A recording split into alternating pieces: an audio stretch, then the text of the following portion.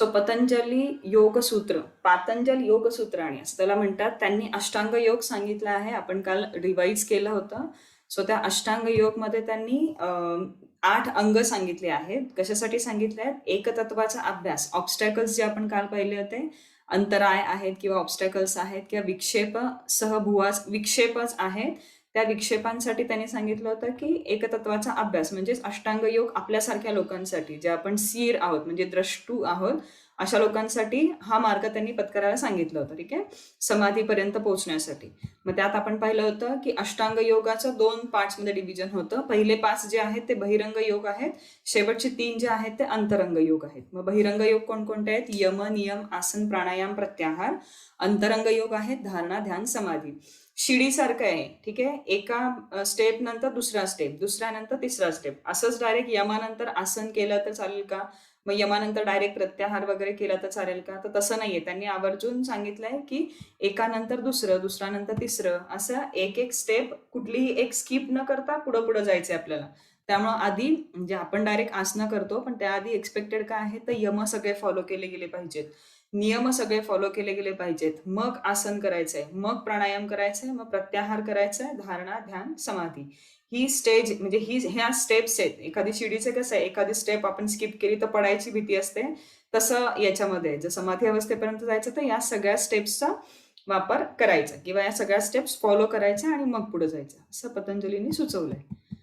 त्यांच्या पातंजल योगसूत्रामध्ये 4 पाद आहेत: समाधीपाद, साधनपाद, विभूतीपाद आणि कैवल्यपाद. ठीक आहे, प्रत्येक पादात किती सूत्र आहेत ते सांगितलेत: 51, 55, 55 आणि 34.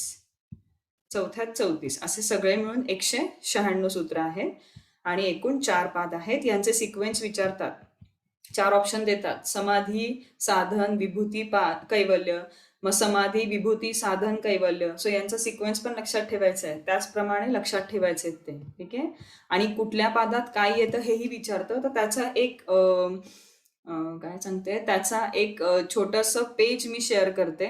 ठीक आहे, म्हणजे ओव्हरऑल म्हणजे समाधीपादमध्ये काय सांगितलंय, समाधीच्या अवस्था सांगितल्यात का, सबीज, निर्बीज समाधी. साधनपादमध्ये काय सांगितलंय, अष्टांग योग सांगितलं, त्याचा कुठला भाग साधनपादात आलाय, कुठला भाग विभूतीपादात आलाय. मग सिद्धी कुठल्या पादात सांगितल्या आहेत. मग काल आपण डिस्कस केलं होतं की त्याच्या सिद्धी प्राप्त होत्या आधीच्या ऋषी मुनींना, की डोळे बंद केले, इच्छा प्रगट केली की हातात काय म्हणू शकतो फळं तयार असायची, कंदमुळं फळं, फळांचं भरलेलं ताट यायचं. मग असं कसं अचानक व्हायचं, तर ह्या सिद्धी त्यांना प्राप्त होत्या. किंवा तप करायचे, 12 वर्षांचं तप, काहीतरी साधना, काहीतरी इच्छा मनात ठेवून वेगवेगळ्या देवांची काय म्हणतो आपण की तपश्चर्या करायचे, त्या देवाला हे करून घेण्यासाठी, म्हणजे त्या देवाकडून काहीतरी मिळवण्यासाठी ते तप करायचे. तर ते तप असं नव्हतं की 3 तासांनी गॅप घेतला, थोडं खाऊन घेतलं, मग परत आपल्याला म्हणजे वॉशरूमला आली तर थोडा वेळ थांबायचं, जाऊन यायचं, परत तप करायचं. तशा प्रकारचे तप नव्हते. आधी त्यांना सिद्धी प्राप्त करून घ्याव्या लागायच्या, की त्यांच्या भुकेवरती, त्यांच्या तहानेवरती कंट्रोल मिळवायचा. आणि म्हणजे ऊन, वारा, पाऊस याची काही नाही, तर आपल्याला सीझन चेंज झाला की सर्दी होते, आजारपण येतात, तर अशा गोष्टी त्यांच्यामध्ये नव्हत्या येत. मग त्याच्यावरती ते कसं कंट्रोल मिळवायचं, तर सिद्धी प्राप्त करून घ्यायचं आधी आणि मग ते तप करायचे. मग त्या सिद्धी प्राप्त करणं त्यांच्याच वेळेस शक्य होतं का, तर नाही. पतंजली ऋषीमुनींनी हेही सांगितलंय की कुठल्या गोष्टींवरती संयम केल्यानंतर कुठल्या गोष्टी प्राप्त होऊ शकतात. मग हे सगळं या 4 पादांमध्ये आहे. फक्त लेवल्स कशा आहेत, लेवल 1+2 ला फक्त इंट्रोडक्शन आहे, 3+4 ला थोडंसं डीप आहे. मग ते संयम आहे, मग ते कुठल्या गोष्टीवर संयम केल्यावर काय फळ मिळतं, हे सगळं जे मी सांगते ना, हे 3+4 ला आहे. म्हणजे लेवल 3, लेवल 4 ला थोडंसं अजून डिटेलमध्ये. मग त्यांनी सेकंड चॅप्टर सांगितलं होतं साधन पादाच्या. सेकंड चॅप्टर म्हणजे साधन पाद आहे, त्याच्यामध्येच हे बहिरंग योग आहे. बहिरंग योग म्हणजे यम, नियम, आसन, प्राणायाम, प्रत्याहार, हा साधन पादात आलेला आहे. सो यम, अहिंसा, सत्य, अस्तेय, ब्रह्मचर्य, अपरिग्रह आपण ऑलरेडी बघितलेले आहे. हे 5 तर झालेले आहेत आय गेस. नियम आपण मध्येच थांबलो होतो आणि म्हणजे वेळ संपला होता म्हणून आपण कंटिन्यू नव्हतं केलं. सो नियमांमध्ये cleanliness, containment, self discipline, self study आणि सरेंडर, म्हणजेच काय, शौच, संतोष, तप, स्वाध्याय, ईश्वर प्रणिधान, हे येतात नियम. आपण मला वाटतं प्रत्येकाबद्दल थोडंसं डीप डिस्कशन केलं होतं, सो ते पुन्हा नको घेऊयात, आपला वेळ जाईल त्याच्यामध्ये. नियमांमध्ये पण आय थिंक शौच बघितलं होतं, संतोष कुणाला आठवतं का आपण याच्यात कुठेतरी थांबलो होतो, कुठपर्यंत पाहिलं होतं? I don't know. तपस्वाध्याय ईश्वर प्रणिधान मला वाटतं कम्प्लीट केलं होतं. ठीक आहे, शेवटचे 2 पुन्हा बघूया. ईश्वर प्रणिधान पर्यंत झालेलं आहे. आलंय ना, मग ईश्वर प्रणिधाननी सुरुवात करूयात. म्हणजे जरी झालं असेल तरी ते एक परत कन्सिडर करूयात. ईश्वर प्रणिधान म्हणजे सोप्या भाषेत सांगायचं तर सरेंडरशिप. जे काही तुम्ही मिळवलं आहे ते सरेंडर करणं, की म्हणजे माझ्यामुळं हे झालं नाही, तर ती जी कॉस्मिक एनर्जी, त्याला देव म्हणा किंवा काही म्हणा, ती जी कॉस्मिक एनर्जी आहे, ती जी एनर्जी आहे, ज्याला आपण देव म्हणतो किंवा आपण ज्याला ब्रह्मन म्हणतो, जी हे सगळं घडवून आणते. प्रत्येक गोष्टीला घडण्यासाठी काहीतरी रिझन असतं ना, असंच सगळं घडत नाही. कुठली तरी ती एनर्जी आहे, म्हणून तर आपले इव्होल्युशन होत गेलं. म्हणजे आपण 1 पेशीपासून 2 पेशी झालो, मग 2 पेशींपासून मल्टीसेल्युलर झालं, मग मल्टीसेल्युलर जलचर होते, तिथून उभयचर सुरू झाले, उभयचर मधून मग सरपटणारे प्राणी, मग 4 पायांवरचे प्राणी, मग 2 पायांवरचे आपण, आणि मग आपल्यात होत गेलेली सुधारणा, इव्होल्युशन. हे असंच नाही होत गेलंय, कुठली तरी कॉस्मिक एनर्जी, कॉस्मिक इंटेलिजन्स त्याच्या मागे होता आणि त्यांनी त्यांच्याकडून ते करून घेतलंय. ठीक आहे. मग ती जी काही एनर्जी आहे त्या एनर्जी कडून, म्हणजे आय एम द मीडिएटर, ती एनर्जी माझ्याकडून करून घेते असं म्हटलं की इगोनेस त्यातनं जातो. आपण काल बघितलं होतं, क्लेश पाहिलं होतं, क्लेश, अस्मिता त्यातलं एक पाहिलं होतं. सो जर कुठल्याही गोष्टीमध्ये आयनेस मायनेस आला ना, की मग आपल्याला तिथून पुढे दुःख किंवा ते क्लेशदायी वृत्ती होतात त्या.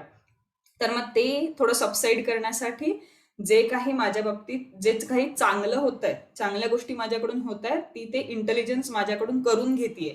I am the only mediator. आणि ज्या काही वाईट गोष्टी होतात त्यासाठी जर तुम्ही स्वतःवरती त्याचं रिस्पॉन्सिबिलिटी घेतली तर स्वतःत सुधारणा पण होऊ शकते. आणि चांगल्या गोष्टी जर त्या कॉस्मिक एनर्जी माझ्याकडनं करून घेते असं सांगितल्यानंतर इगोइझम सुद्धा येणार नाही. सो डाऊन टू अर्थ राहण्यासाठी ईश्वर प्रणिधान हा जो नियम आहे तो सगळ्यात बेस्ट आहे. तो जर नियम आपण अंगीकारला तर आपल्यामध्ये कधीही, म्हणजे आपण म्हणतो ना, पाय कायम जमिनीवर असले पाहिजे. कितीही एनर्जी गेन किंवा कितीही काय म्हणू शकतो फेम मिळत गेलं किंवा कितीही सक्सेस मिळत गेलं तरी पाय जे आहेत जमिनीवर हवेत असं जे आपण म्हणतो ते या रिझनमुळे येतं, या नियमामुळे होतं. So give your life force energy to something higher than yourself. This is devotion and surrender for the small self to the higher self. We practice Ishwar Pranidhan every time we dedicate or offer up our yoga practice to someone else. This has a powerful effect on your practice. It creates new sense of purpose when your practice is infused with intention and energy. Ishwar Pranidhan also means letting go of doubt and making room for faith. ठीक आहे. So Ishwar pranidhan is one of the niyama. आता फक्त तर एक गोष्ट लक्षात ठेवायची की तपस्वाध्याय ईश्वर प्रणिधान हे आपण क्रियायोग पण पाहिलं होतं. आता कोणी स्टडी केलाय मलाच कळेल. क्रियायोग म्हणजे काय, कुठं आपण बघितला होता क्रियायोग?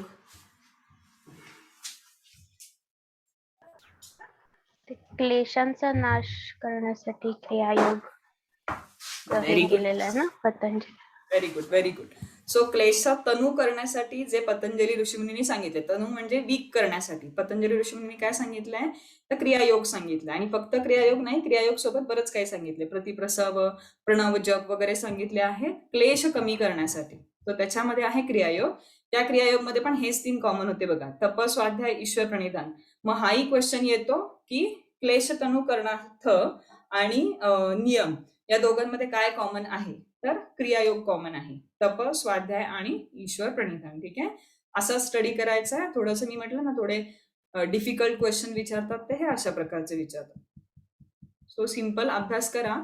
आणि काल क्वेश्चन पेपर मी दिलेत तुम्हाला भरपूर, 3ही लेवलचे दिलेत, लेवल 1+2+3 आतापर्यंत जितके म्हणजे अवेलेबल होते, की अजून एक 5-6 आहेत पण एकदम सगळे देत नाही. आधी एक एक्झाम होऊन जाऊ देत, त्याच्यानंतर मग अजून 2-3 देते तुम्हाला क्वेश्चन पेपर सोडवायला. आता सध्या तरी तुमचा नवीन क्वेश्चन पेपर टाकलाय कारण तुमचा सिलेबस वेगळा कम्प्लीट झालाय ना. सो जो पुढच्या शनिवारी किंवा रविवारी एक्झाम असणार आहे त्यामध्ये येणार आहे क्वेश्चन पेपर वेगळा आहे. पण अंदाज येईल तुम्हाला की अशा प्रकारची लिंक पाठवली जाते ऑनलाईन एक्झामसाठी. आणि अंडर म्हणजे त्यांचा कॅमेरा तुमचा ऑन असतो आणि डायरेक्ट दिल्लीवरून तुमच्यावरती वॉच असतो आयुष मंत्रालया थ्रू. तिथे भरपूर म्हणजे लोक ऍट अ टाइम किंवा जे पीआरसीबी तुमचं हे एक्झाम कंडक्ट करतात ना, त्या पीआरसीबीची लोक तिथे असतात आणि तुमच्यावरती कम्प्लीट वॉच असतो. सो तुम्ही इकडे तिकडे बघू शकत नाही आणि वेळेमध्ये सुरू करून वेळेमध्ये संपवायचा असतो क्वेश्चन पेपर. सो अशा प्रकारचं जर ऑनलाईन देणार असाल तर अशी एक्झाम असते, ऑफलाईन देणार असाल तर मग हार्ड कॉपी असते हातामध्ये. ठीक आहे. सो थोडेसे ते क्वेश्चन पेपर पण रीड करा, म्हणजे तुम्हाला क्वेश्चन्स कसे येतात त्याचा अंदाज येईल. हा, सो आता मी जो क्वेश्चन सांगितला की क्लेश तनु करण्यासाठी आणि नियम या दोघांमध्ये काय कॉमन आहे, तर क्रियायोग हा कॉमन आहे.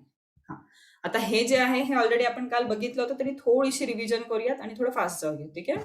तिसरं अंग जे आहे अष्टांग योगाचं, दॅट इज आसन. मग आपण आसनांसाठी महर्षी पतंजलींनी कोणती 3 सूत्र सांगितली आहेत, तर दुसऱ्या पादातलं 46, 47 आणि 48 हे जे सूत्र आहे ते आहे स्थिर सुखम आसनम, प्रयत्न शैथिल्य अनंत समापत्तीभ्याम आणि ततो द्वंद्व नभिघातः. स्थिर सुखम आसनम हे जे आहे हे डेफिनेशन ऑफ आसन आहे. प्रयत्न शैथिल्य अनंत समापत्तीभ्याम हे टेक्निक आहे कसं करायचं आसन ते, आणि ततो द्वंद्व नभिघातः हा फायदा आहे, बेनिफिट ऑफ आसना. सो ते लक्षात ठेवायचंय. काल आपण ऑलरेडी डिस्कस केलंय, त्यामुळे खूप नको जाऊयात. त्यानंतर चौथं अंग आहे प्राणायाम. त्याच्यावरती कोणते 3 सूत्र सांगितले आहेत, तर ही पाठच करायचे म्हटलं तरी चालेल. तस्मिन् सती श्वास प्रश्वासयोः गतिर्विच्छेदः प्राणायामः. सो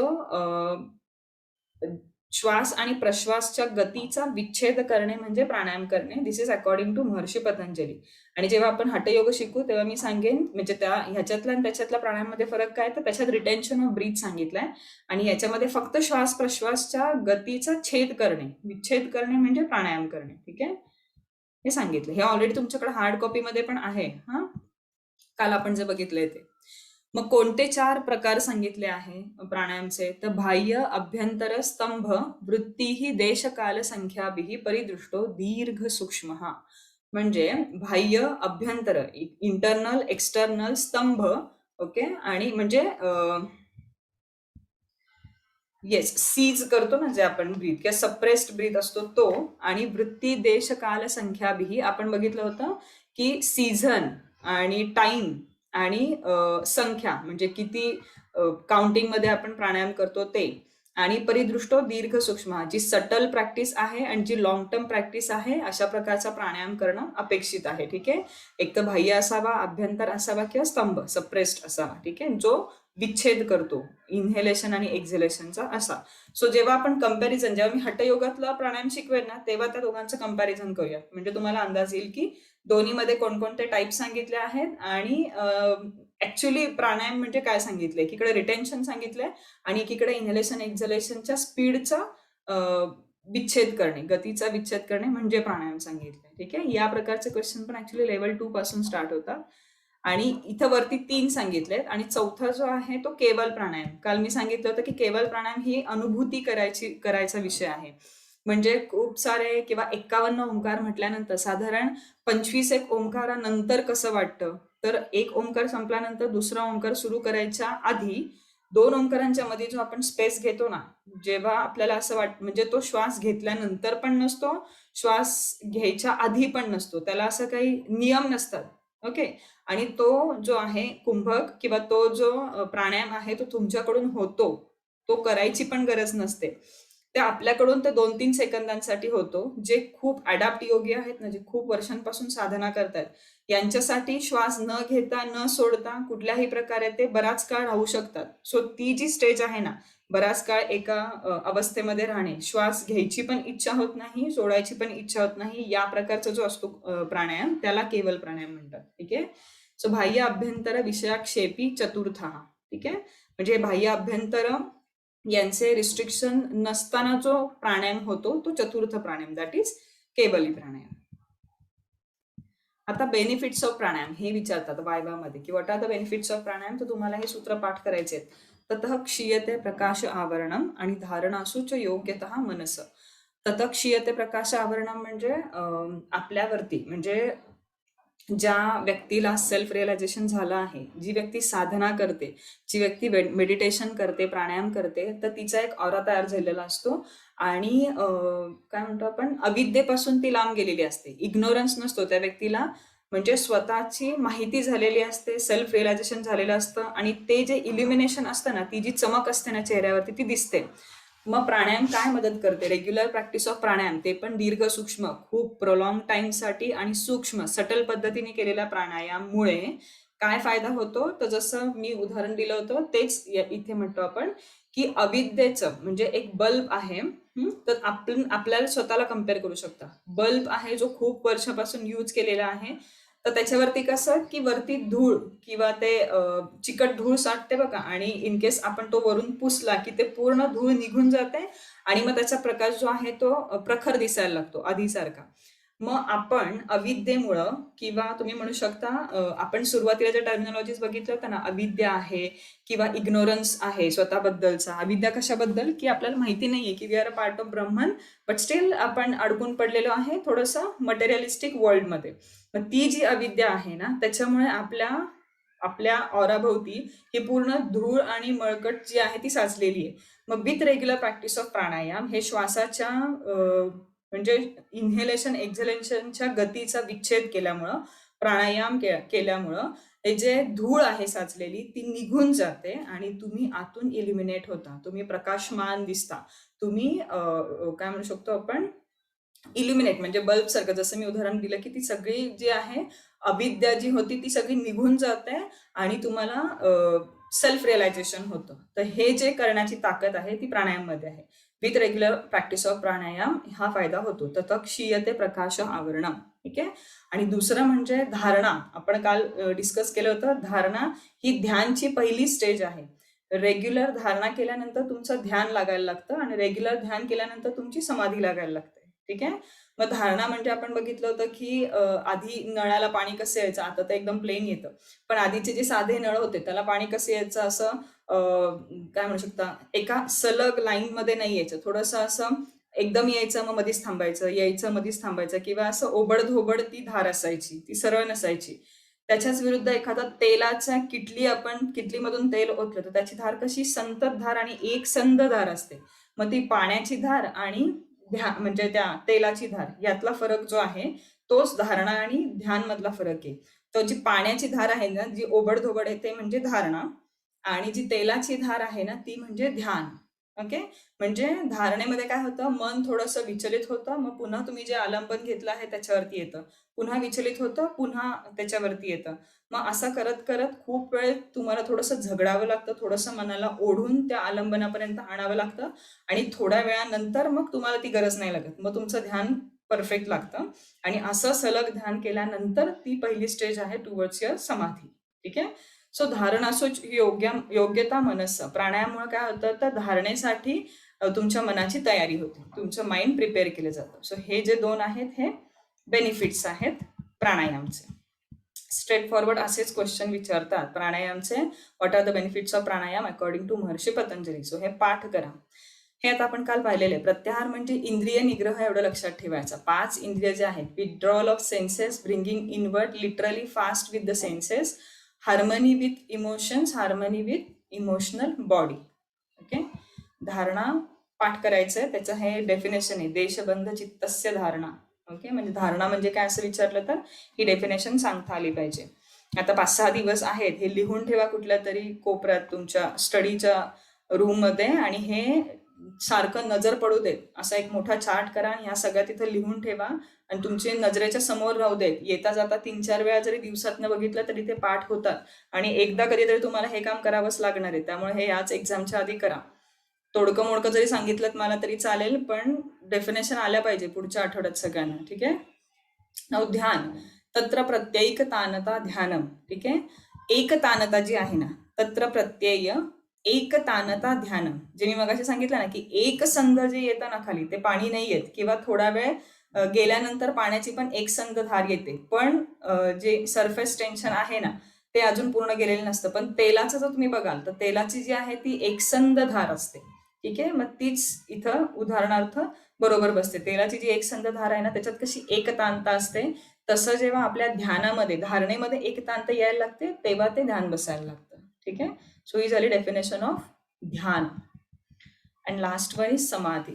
तदेवार्थ मात्र निर्भासम स्वरूपम शून्यम इव समाधी. म्हणजे मी सांगितलं होतं, एक असतो ध्यान करणारा, एक असतं आलंबन, आणि एक असते प्रोसेस, ध्यानाची प्रोसेस. या 3 गोष्टी असतात जेव्हा आपण ध्यान करतो तेव्हा. यातली एक एक गोष्ट गळून पडते. स्वरूप शून्य म्हणजे स्वतःला जेव्हा विसर पडून तुम्ही ध्यानामध्ये जाता तेव्हा तुमची समाधी लागते.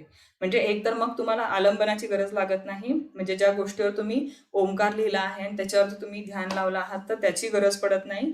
ह्या लेवलचं ध्यान लागलेलं असतं. ती प्रोसेस पण तुम्ही विसरून जाता की ज्याच्यामध्ये तुम्ही ध्यान लावलं होतं. म्हणजे तुम्ही आहात आणि समोर विषय आहे आणि तुम्ही त्या विषयावरती ध्यान लावलंय.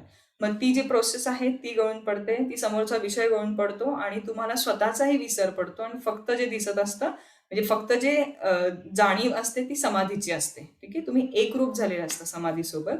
सो तशी आहे डेफिनेशन समाधीची. तदेवार्थ मात्र निर्भासम स्वरूप शून्यम इव समाधी. ठीक आहे, सो स्टेट ऑफ एनलाइटमेंट समाधी. लास्ट सेंटेन्स रीड करते मी. State of enlightenment, transcend state, absolute knowledge. ठीक आहे, मोक्ष प्राप्ती ज्या लेवल नंतर होऊ शकते किंवा सेल्फ रिअलायझेशन ज्या ह्याच्यामध्ये ज्या अवस्थेत होतं ती अवस्था म्हणजे समाधी. विवेक ख्याते नाही गरज ह्याची तुम्हाला, म्हणजे हे नाहीये तुम्हाला. तरी पण विवेक ख्याते म्हणजे एखाद्या गोष्टीचं कम्प्लीट नॉलेज असणं, हे लक्षात ठेवा. लेवल 3 पासून आहे हे.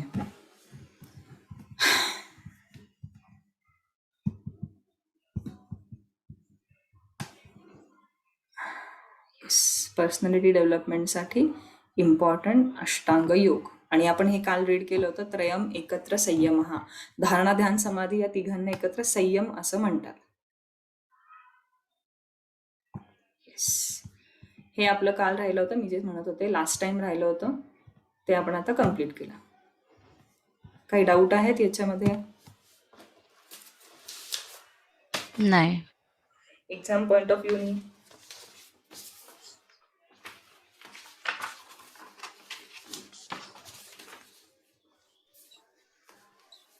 ते एक्झाम मध्ये ती सगळी सूत्र सांगायला लागतील का आपल्याला, म्हणजे ती पण पाठ करायची का संस्कृत मध्ये जे आहे ते? पाठ करा. डेफिनेशन नाही, पाठ करा.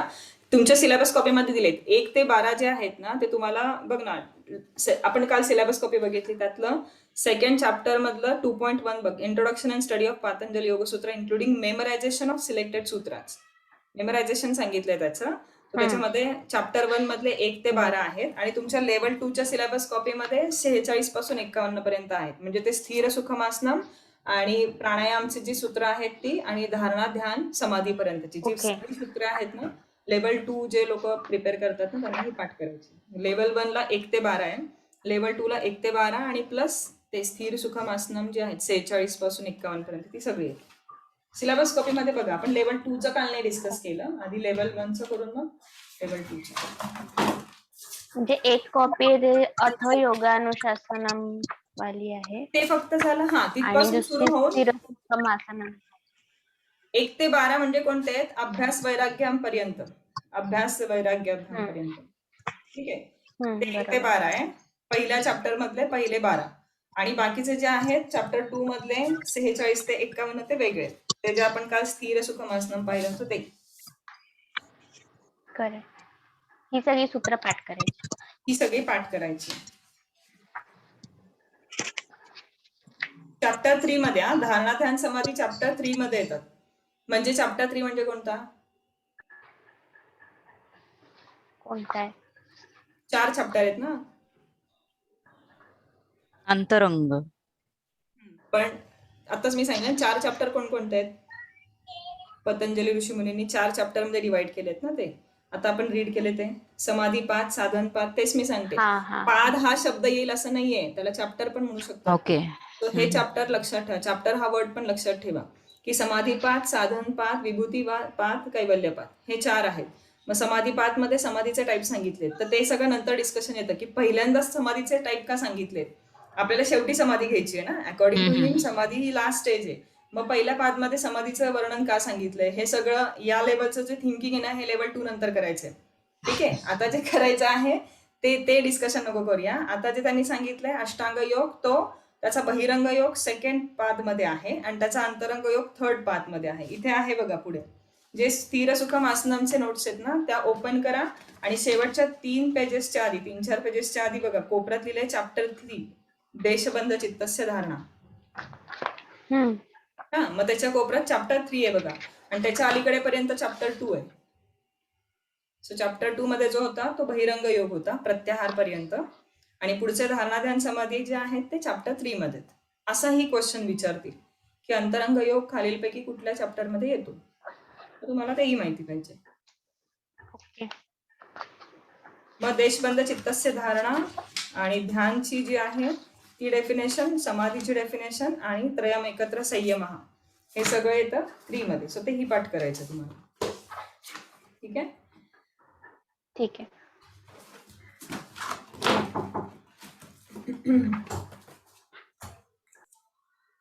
एक मिनिट हा.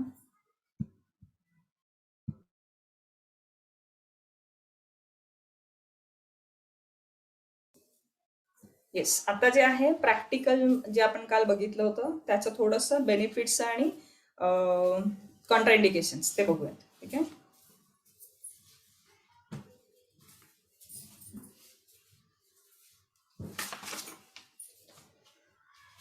आता तुमचं काय करायचं, मेन बुक काढा.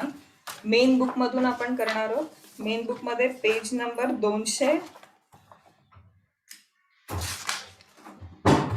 231 वरती या. मेन जे बुक आहे तुमचं त्याच्यामध्ये पेज नंबर 231 QCIचं जे बुक आहे ते. एक्झाम साठी प्रेयरची मी एक PDF पाठवली ग्रुपवरती. ती प्रेयर, कुठलीही एक प्रेयर पाठ करा, त्याचं मीनिंग पाठ करा आणि कुठल्या उपनिषदामधलं किंवा कुठल्या वेदांमधलं ती प्रेयर आहे ते माहिती असू देत. ठीक आहे. त्याच्यानंतर सूक्ष्म व्यायाम डिटेलमध्ये करायचे, स्थूल व्यायाम डिटेलमध्ये करायचं, प्रॅक्टिकल आणि थिअरी दोन्ही. सूर्यनमस्कार डिटेलमध्ये करायचं फॉर प्रॅक्टिकल. हे सगळं वायवा पॉईंट ऑफ व्ह्यूने सांगते, ते डिटेलमध्ये करा. आणि योगासन आता जे काल आपण प्रॅक्टिकल केलं त्याची आज थिअरी बघूया, म्हणजे मग ही सगळी योगासनं सुद्धा पुढच्या एक्झामच्या दृष्टीने इम्पॉर्टंट आहे. तर ताडासनचं आपण रीड केलंय का लास्ट टाइम? केलंय? हो हो. ताडासनचं झालंय. वृक्षासन, ताडासन, वृक्षासन आणि पादहस्तासन केले होते. केले होते. मग बाकीचे राहिलेत अर्धचक्रासन, कटीचक्रासन आणि त्रिकोणासन. ठीक आहे. त्रिकोणासन बघूयात आधी. आय गेस याच्यामध्ये आहे की नाही त्रिकोणासन.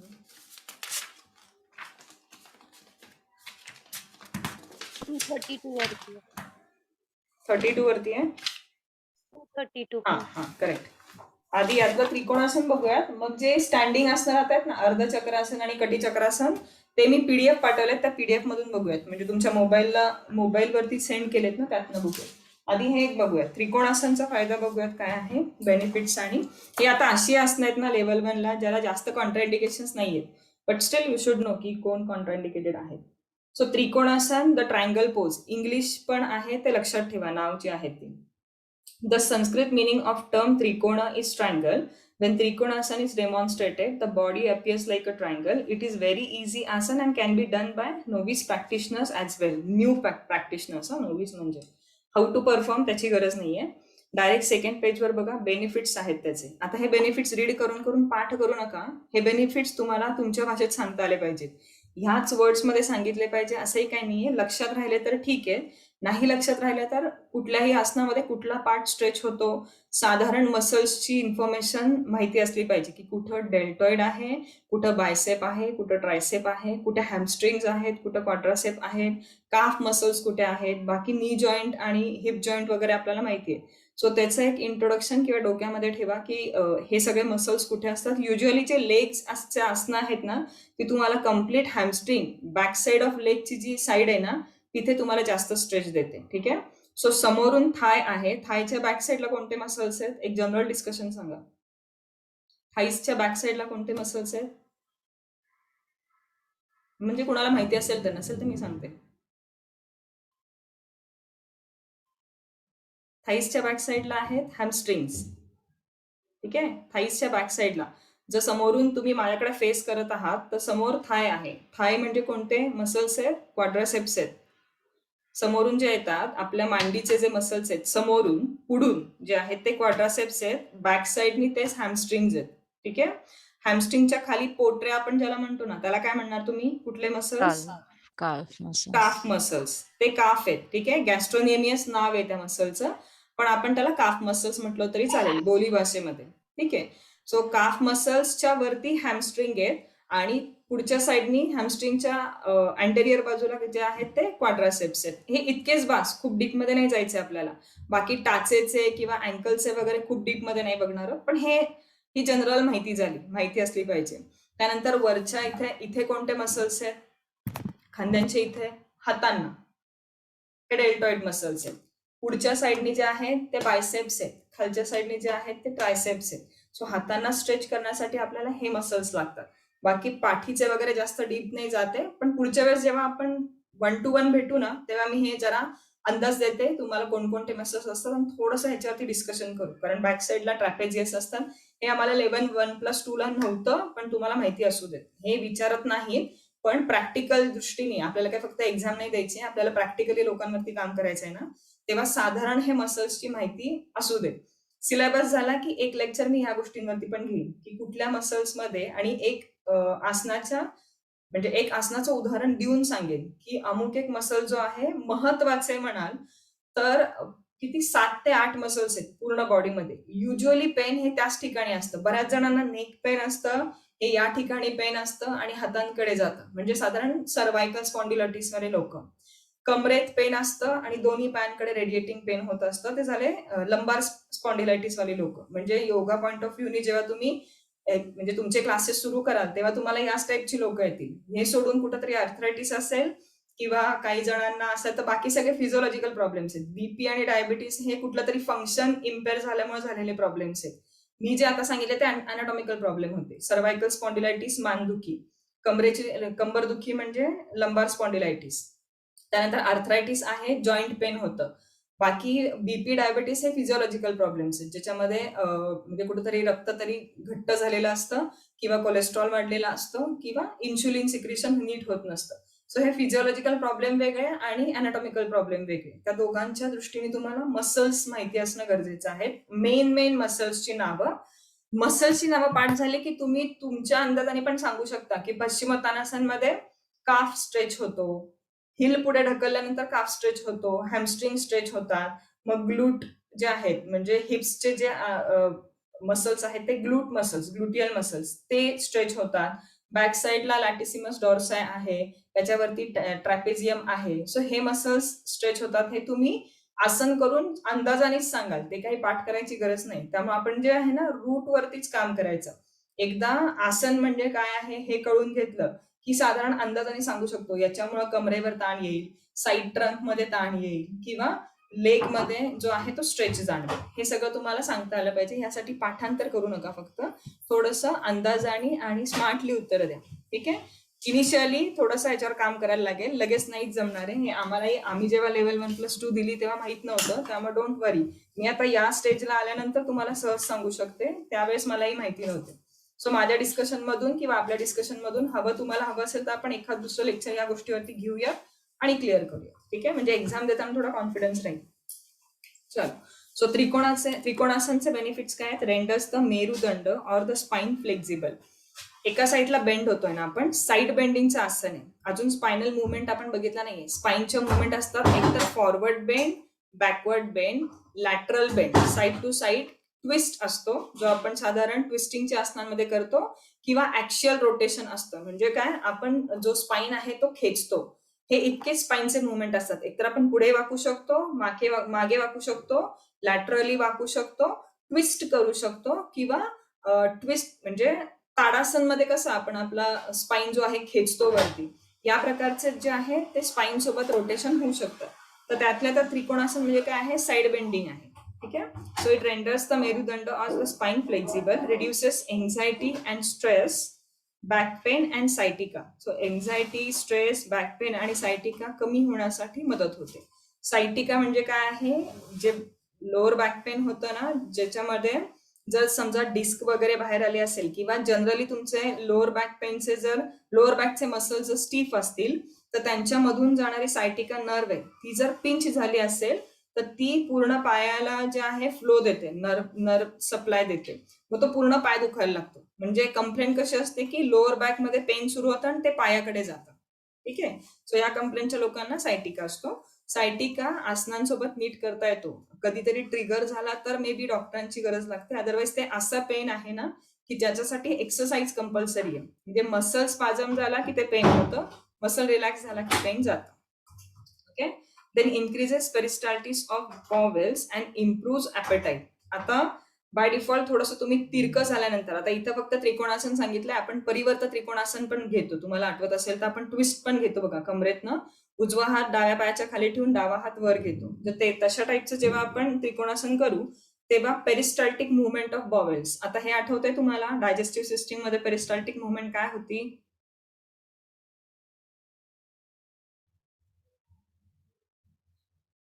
बोला बरं, पेरिस्टाल्टिक मुवमेंट म्हणजे काय किंवा पेरिस्टाल्सिस म्हणजे काय?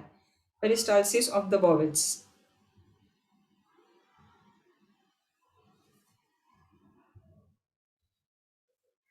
नाही आठवत. पेरिस्टाल्सिस नाही आठवत? पेरिस्टाल्टिक मुवमेंट 6 मीटरचं आपलं लहान आतड आहे. दोन्ही मिळून खूप मोठी आहे. म्हणजे जर आपण ते लहान आतडं किंवा हे जे बाहेर काढलं तर साधारण 6 ते 8 मीटर पूर्ण आपली जी डायजेस्टिव्ह सिस्टीम आहे माउथ पासून ऍनस पर्यंत ती इतकी मोठी होते. तर आता तुम्ही खाल्लेलं जे आहे अन्न ते ऍनस पर्यंत कसं पोहोचणार? तर यांच्यामध्ये काय आपल्या रक्ताचं कसं असतं, रक्त फ्लो होतं, ब्लड जो आहे फ्लो होतं. एका ठिकाणचं जे काही सिक्रिशन झालेलं आहे दुसऱ्या ठिकाणपर्यंत पोहोचवण्यासाठी त्यांच्याकडे फ्लो असतो. तसं आपल्या पोटामध्ये नाही होऊ शकत. ठीक आहे. मग त्याच्या वेळेस काय होतं की तुमचे जे स्मॉल इंटेस्टाईन मध्ये असे कंपार्टमेंट्स असतात. आता समजा तो बोलस इथे आला, जे काही अन्नाची गोळी आहे ती या कंपार्टमेंट मध्ये आली की तो प्रेस होतो आणि ती अन्नाची गोळी पुढे ढकलल्या जाते, तेव्हा इथलं प्रसरण पावतं. ओके. आता इथलं प्रेस झालं की त्याच्या पुढची जी आहे ते प्रसरण पावतं, आहे ते सलगच. ठीक आहे. मग अशा प्रकारे ती जी अन्नाची गोळी आहे ती पुढे पुढे पुढे पुढे ढकलल्या जाते. तर ह्याला म्हणतात पेरिस्टाल्टिक मुवमेंट. ती अशी मुवमेंट कंटिन्यू कंटिन्यू कंटिन्यू होत जाते. एक पार्ट कॉम्प्रेस झाला की पुढचा रिलॅक्स होतो, तो कॉम्प्रेस झाला की त्याच्या पुढचा रिलॅक्स होतो, तो कॉम्प्रेस झाला की त्या पुढचा रिलॅक्स होतो. असं करत मागून आलेल्या अन्नाची गोळी पुढे ढकलल्या जाते, परत मागची पुढे येते, पुढे ढकलल्या जाते. सो ह्या प्रोसेसने जे काही तुम्ही अन्न खाता ते हळूहळू हळू पुढे जातं आणि मग त्याचं ऍब्सॉर्प्शन होतं, ऍसिमिलेशन होतं, पूर्ण डायजेशन होऊन ऍब्सॉर्प्शन त्याच म्हणजे त्या स्मॉल इंटेस्टाईनच्याच काय म्हणू शकतो आतमध्ये मायक्रोविलाय असतात, त्या मायक्रोविलाय मधून जे काही तुमचं डायजेस्ट झालेलं आहे फायनल फॉर्म मध्ये ते ऍब्सॉर्ब होतं आणि मग पुढच्या कन्व्हर्जनसाठी पोर्टल वेन कडून तुमच्या लिव्हर पर्यंत घेऊन गेलं जातं. मग ते जे तुमच्या स्मॉल इंटेस्टाईन लार्ज इंटेस्टाईन मध्ये जी मुवमेंट आहे ना, ज्या मुवमेंटमुळं ती जे काही अन्न आलेलं आहे ते पुढे जाणार आहे, तर त्या मुवमेंटला म्हणतात पेरिस्टाल्टिक मुवमेंट. ठीक आहे. त्या मुवमेंट शिवाय जे काही अन्न आहे ते पुढे ढकललं जाऊ शकत नाही. ओके. ती आहे peristaltic movement. So it increases peristaltic of the bowel. In short तुमचं डायजेशन, ऍब्सॉर्प्शन, आपण 4-5 गोष्टी बघितल्या ना. इंजेशन म्हणजे फूड घेणे, डायजेशन म्हणजे ते डायजेस्ट करणे, ऍसिमिलेशन म्हणजे स्मॉल पार्टिकल्स मध्ये त्याचं डिव्हिजन होणे, ऍब्सॉर्प्शन म्हणजे बॉडी मध्ये ज्या फॉर्म मध्ये ते ऍब्सॉर्ब केलं जातं त्या फॉर्म मध्ये ते ऍब्सॉर्ब करणे, आणि ऍब्सॉर्प्शन, इंजेशन, डायजेशन, ऍसिमिलेशन आणि ऍब्सॉर्प्शन. 4 जे आहेत ते आपल्याला करायचे. म्हणजे हे 4 स्टेजेस असतात. सो त्याच्यामधल्या पेरिस्टाल्टिक ऑफ द बॉवेल्स मध्ये हे आसन हेल्प करतं. तुमच्या अंदाजाने सांगा अजून कुठलं जे आहे ते तुम्हाला डायजेशन मध्ये हेल्प करेल? अजून कुठलं आसन असेल असं जे डायजेशन मध्ये हेल्प करेल, डायरेक्ट पोटावरती परिणाम करणारं आसन? काल बघितलं होतं ते वज्रासन. हा, वज्रासन करेल, कारण त्याच्यामध्ये एक महत्वाचं आहे की खाल्ल्यानंतर आपल्याला ब्लड फ्लो आपल्या ऍब्डोमेनकडे पाहिजे असतो. म्हणून म्हणतात ना खाल्ल्यानंतर काही हेवी वर्कआउट करू नका, कारण हेवी वर्कआउट केला तर सगळा ब्लड फ्लो जाईल पायांकडे आणि हातांकडे आणि मग डायजेशन नीट होत नाही, डायजेशन हॅम्पर होतं. मग अशा वेळी तुम्ही पाय दुमडून बसल्यानंतर पायाकडचा ब्लड फ्लो कमी झाला आणि सगळीकडून ब्लड फ्लो जो आहे तो तुमच्या ऍब्डोमेनकडे आला आणि मग चांगलं डायजेशन होऊ शकतं. आणि ते अवघड नाहीये आसन, आणि जेवणानंतर लगेच पण करू शकतो. असं झालं वज्रासन. अजून कोणतं आसन आहे जे तुम्हाला पेरिस्टाल्टिक मुवमेंट वाढवण्यासाठी मदत करेल? अशी आसनं ज्याच्यामध्ये पोट कॉम्प्रेस होत आहे किंवा ट्विस्ट होत आहे. पोट जेव्हा ट्विस्ट होईल ना अशा वेळेस तुम्हाला कोणतं? मत्स्येंद्रासन, अर्ध मत्स्येंद्रासन, मत्स्येंद्रासन हे झाली थोडी ऍडव्हान्स आसनं. काल आपण कोणतं आसन पाहिलं? ट्विस्टिंग. वक्रासन. वक्रासन पाहिलं. वक्रासन मध्ये पण होऊ शकतं आणि पश्चिमोत्तानासन मध्ये पण होऊ शकतं, कारण कॉम्प्रेस होत आहे ना पोट. जिथे जिथे पोट कॉम्प्रेस होणार आहे तिथे तिथे स्टिम्युलेट होणार आहेत इंटरनल ऑर्गन्स आणि तुम्हाला डायजेशनसाठी हेल्प करणार आहेत. ठीक आहे. सो थोडंसं असं कोरिलेट करा आणि सांगा. प्रत्येक वेळेस चुकणार नाही. एखाद्या वेळेस चुकेल इनिशियली उत्तर देण्यासाठी. एकदा ते अंदाज आला तुम्हाला ना की काय आहे आसनांचं, म्हणजे प्रत्येक आसनाचं सगळं पाठ नाही करत बसायचं. थोडंसं स्मार्टली आणि थोडंसं आधीच्या नॉलेजशी कोरिलेट करून आन्सर्स द्यायचे. पादहस्तासन. पादहस्तासन पण सेम. सिटिंग जे पश्चिमोत्तानासन ते स्टँडिंग पादहस्तासन आहे. ठीक आहे. मग stretches and opens, increases peristalsis of the bowels and improves appetite, ह्या 2 गोष्टी होतात. Plus stretches and opens the hips. आता हे मस्क्युलोस्केलेटल, आता सिस्टीम वाईज जायचं. जे तुम्हाला आन्सर्स करायचे आहेत ना, सिस्टीम वाईज जा. आधी मस्क्युलोस्केलेटल सिस्टीमचं एक आन्सर रेडी ठेवायचं, मग डायजेस्टिव्ह सिस्टीमचं एक आन्सर रेडी ठेवायचं. मग जर ते आसन चेस्ट ओपन करणारा असेल तर रेस्पिरेटरी सिस्टीमचं एक बेनिफिट रेडी ठेवायचा. जर चेस्ट ओपन करणारा आसन असेल तर तुम्हाला रेस्पिरेटरी कपॅसिटी वाढवण्यासाठी किंवा लंग कपॅसिटी वाढवण्यासाठी हेल्प करणारा आसन आहे. डायजेस्टिव्ह सिस्टीममध्ये बाय डिफॉल्ट ते तुम्हाला पोट कॉम्प्रेस करणारा असेल तर डायजेशनमध्ये हेल्प करणार. मग हे पेरिस्टाल्टिक मुवमेंट वाढवण्यासाठी हेल्प करेल, मग एक्सक्रिशनसाठी हेल्प करेल. ह्या सगळ्या गोष्टी असणारच आहेत. आता हे 4थं बेनिफिट त्यांनी सांगितलंय तुमच्या मस्क्युलोस्केलेटल सिस्टीमचं बेनिफिट.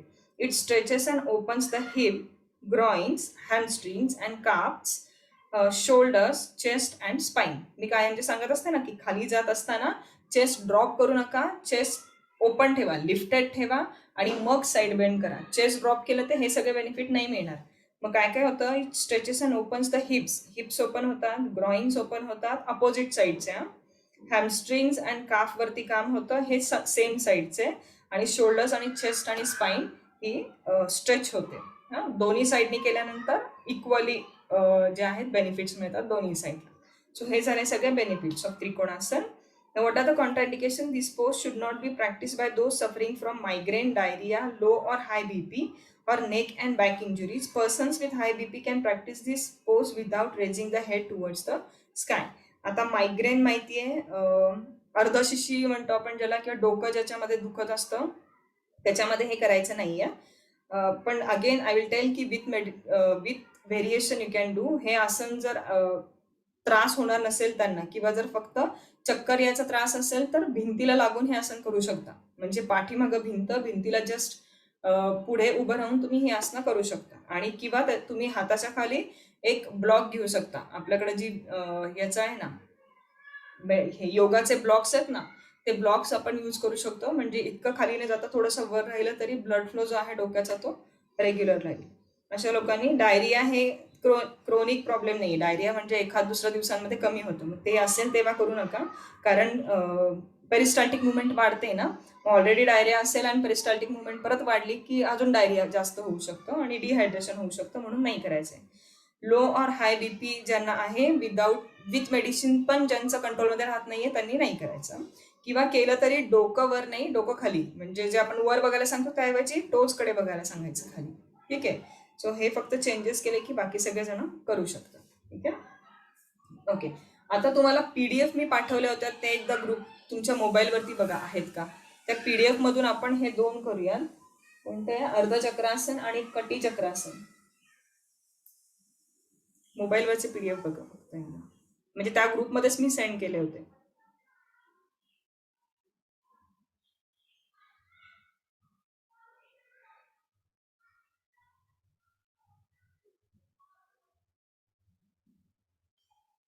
नाही पाठवलं वाटतं मी. अर्धचक्रासनचं आणि कटी चक्रासनचं नाहीये. अर्ध आणि कटीचं पाठवते मी, आहे माझ्याकडे, फक्त तुम्हाला ते नाही पाठवलं. अर्ध हलासन पाठवलं.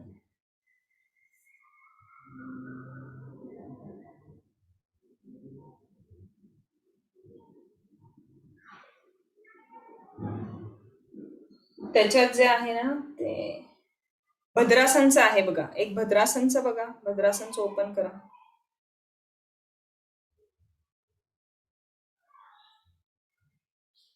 बद्ध कोणासन किंवा भद्रासनचे आहे ते ओपन करा बघा.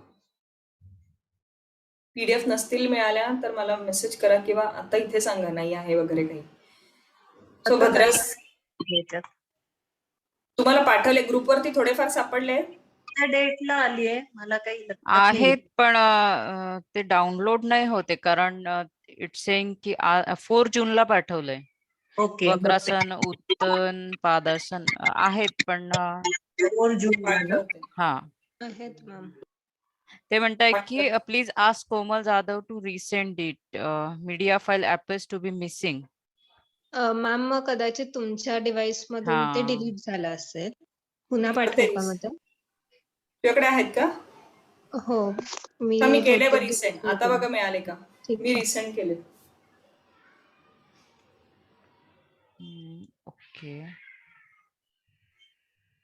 हा आता दिसतंय. त्याच्यातलं आधी भद्रासन बघा. येस.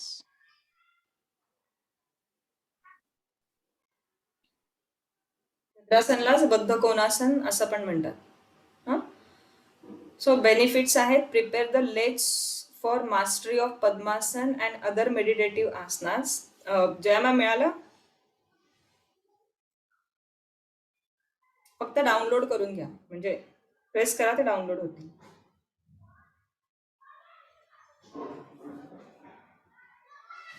ओके, नसेल मिळालं तर सांगा मला, मी कंटिन्यू करते रीडिंग. ओके, सो मिळालं ना? हा. Prepare the legs for mastery of Padmasana and other meditative asanas. The inner thigh muscles hold a lot tension, which is relieved by this asana. They also remove tiredness due to long hour of sitting and walking, keeps the lumbar region healthy. ठीक आहे.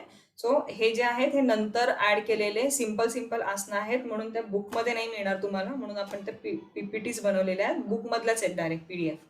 So it prepares the legs for mastery of Padmasana and other meditative asanas. पद्मासन आणि other meditative आसनासाठी तुमचे lower body जी आहे ती strong पाहिजे, heap joint open पाहिजे, groin open पाहिजे. Groin open आहेत हे कधी कळेल? जर तुमचं हॅपी बेबी पोज व्यवस्थित होत असेल तर समजायचं की ग्रॉइन जे आहेत ते ओपन आहेत. ते जर नसतील नीट होत तर तुम्हाला कुठेतरी हॅमस्ट्रिंग मध्ये स्टिफनेस आहे किंवा क्वाड्रासेप्स मध्ये स्टिफनेस आहे. तो हळूहळू प्रॅक्टिसनीच कमी करून ग्रॉइन्स ओपन करायचे आहेत, म्हणजे तुमचं बद्ध कोणासन पण चांगलं होईल. आणि हे जे नीज आहेत ना ते खाली प्रेस झाले पाहिजे, जमिनीच्या साईडला खाली प्रेस झालेच पाहिजेत. Okay. The inner thighs muscles hold a lot of tension which is relieved by this asana. Long standing किंवा लॉंग सिटिंगमुळे इनर थाईज मध्ये जे आहेत आपल्या टेन्शन येतं किंवा स्पाझम होऊ शकतं खूप वेळ एकाच पोज मध्ये राहिल्यानंतर. हे जर आसन केलं बैठी स्थितीतलं आणि होल्ड केलं तर ते जे आहे स्टिफनेस तो निघून जातो. They also remove tiredness due to long hour of standing and walking. खूप तासांसाठी बसणं किंवा उभं राहण्याचं जे आहे त्याच्यामुळे जे टायर्डनेस आलेला असतो तो पण निघून जातो. Keeps the lumbar region healthy. Lumbar region जो आहे तो हेल्दी ठेवतात, म्हणजे लोअर बॅकचा जो रिजन आहे तो हेल्दी ठेवतात. म्हणून हे आसन करायचं असतं. Contraindication, people with sciatic and sacral condition should avoid this asana. Sciatica आणि सॅक्रल कंडिशन्स. सॅक्रल कंडिशन म्हणजे सॅक्रम बोन हा सगळ्यात खालचा टेलबोन जो आहे ना, तिथला काही त्रास असेल तर तुम्ही हे आसन अवॉइड करू शकता. फार रेअर काही कंडिशन मध्येच हे आसन अवॉइड करतो आपण, अदरवाईज बाकी सगळे करू शकता. सायटिकाचं सिव्हिअर पेन आहे, आता आहे, तर आपण हे अवॉइड करू शकतो. बट अदरवाईज याच्याऐवजी अशी बरीच आसनं आहेत. याच्या आधीच आपण आसन त्रिकोणासन बघितलं जे सायटिकासाठी इम्पॉर्टंट आहे. गोमुखासन मध्ये एक पाय वर टाकतो आणि एक पाय खाली, जे आपण करतो गोमुखासन आपण जे काल केलं होतं ते एक सायटिकासाठी बेस्ट आसन आहे. सो हे एक नाही केलं तर बाकीची आसनं कुठली करू शकतात हे माहिती असणं गरजेचं आहे. ठीक आहे. सो ते तुम्ही पाठ करा, म्हणजे इनकेस जर तुम्ही बेनिफिट मध्ये सांगितलं की बद्ध कोणासन म्हणजे पुढून समोरून क्वेश्चन कसा येईल असं सांगते. तुम्हाला जर विचारलं की बद्ध कोणासनचे किंवा भद्रासनचे बेनिफिट सांगा किंवा कॉन्ट्राइंडिकेशन सांगा आणि तुम्ही सांगितलं की सायटिकाच्या लोकांनी नाही करायचं, मग तिकडनं क्रॉस क्वेश्चन असा येतो का, असा येतो की मग सायटिकाच्या लोकांनी कुठले करायचे, म्हणून अशा प्रकारे अभ्यास करा. जर हे अलाउड नाहीये तर मग मी दुसरं कुठलं देऊ शकते, तर मी गोमुखासन देऊ शकते, मी त्रिकोणासन देऊ शकते ज्याच्याने त्यांचं सायटिका पेन जे आहे ते कमी होईल, किंवा स्ट्रेचेस आहेत असे ज्याच्यामुळे सायटिका पेन जे आहे ते कमी होऊ शकतं. ठीक आहे. असा स्टडी करा असं सांगते. एक संघाने फक्त स्टडी करू नका की ही आसनं आहेत याचे बेनिफिट पाठ करा, याचे कॉन्ट्राइंडिकेशन पाठ करा आणि लेवल 1 लेवल 2 झालो असं नाहीये. ते तुम्हाला क्रॉस क्वेश्चन करणार. ठीक आहे. आणि लकीली तुम्ही लोक ऑलरेडी योगासनांची प्रॅक्टिस डेली करताय, त्यामुळे तुम्ही हे सगळे अनुभव घेतलेत आणि मग तुम्ही पाठ करताय. उलटा फ्लो नाहीये की आधी केलेलं नाहीये आणि आधीच आसनांची म्हणजे माहिती नाहीये, तोंड ओळख नाहीये आणि डायरेक्ट अभ्यास करतोय असं तुमच्यातलं एकही नाहीये. त्यामुळे तुम्हाला हे माहिती आहे, पण जर नसेल आठवत तर प्रॅक्टिस करा, स्वतः अनुभव घ्या आणि मग सांगा. ठीक आहे. म्हणजे सोपं जातं. जे आपण अनुभवलंय ते आपल्याला सांगणं सोपं जातं आणि तिथल्या एक्झामिनरला सुद्धा तुमचा अनुभव माहीत हवा असतो. बुकिश नॉलेज नको असतं, हेही लक्षात ठेवा. ठीक आहे. त्यामुळे थोडंफार चुकलं पण जर प्रॅक्टिकली तुम्ही करेक्ट सांगत आहात तर तुम्हाला चांगले मार्क्स मिळतात. आता पुढचं घेऊयात. सो दंडास आता कुठलं बघितलं आपण? चक्रासन चक्रासन भद्रासन पाहिलं. येस. येस. आता बघूयात मंडूकासन आणि उत्तान मंडूकासन.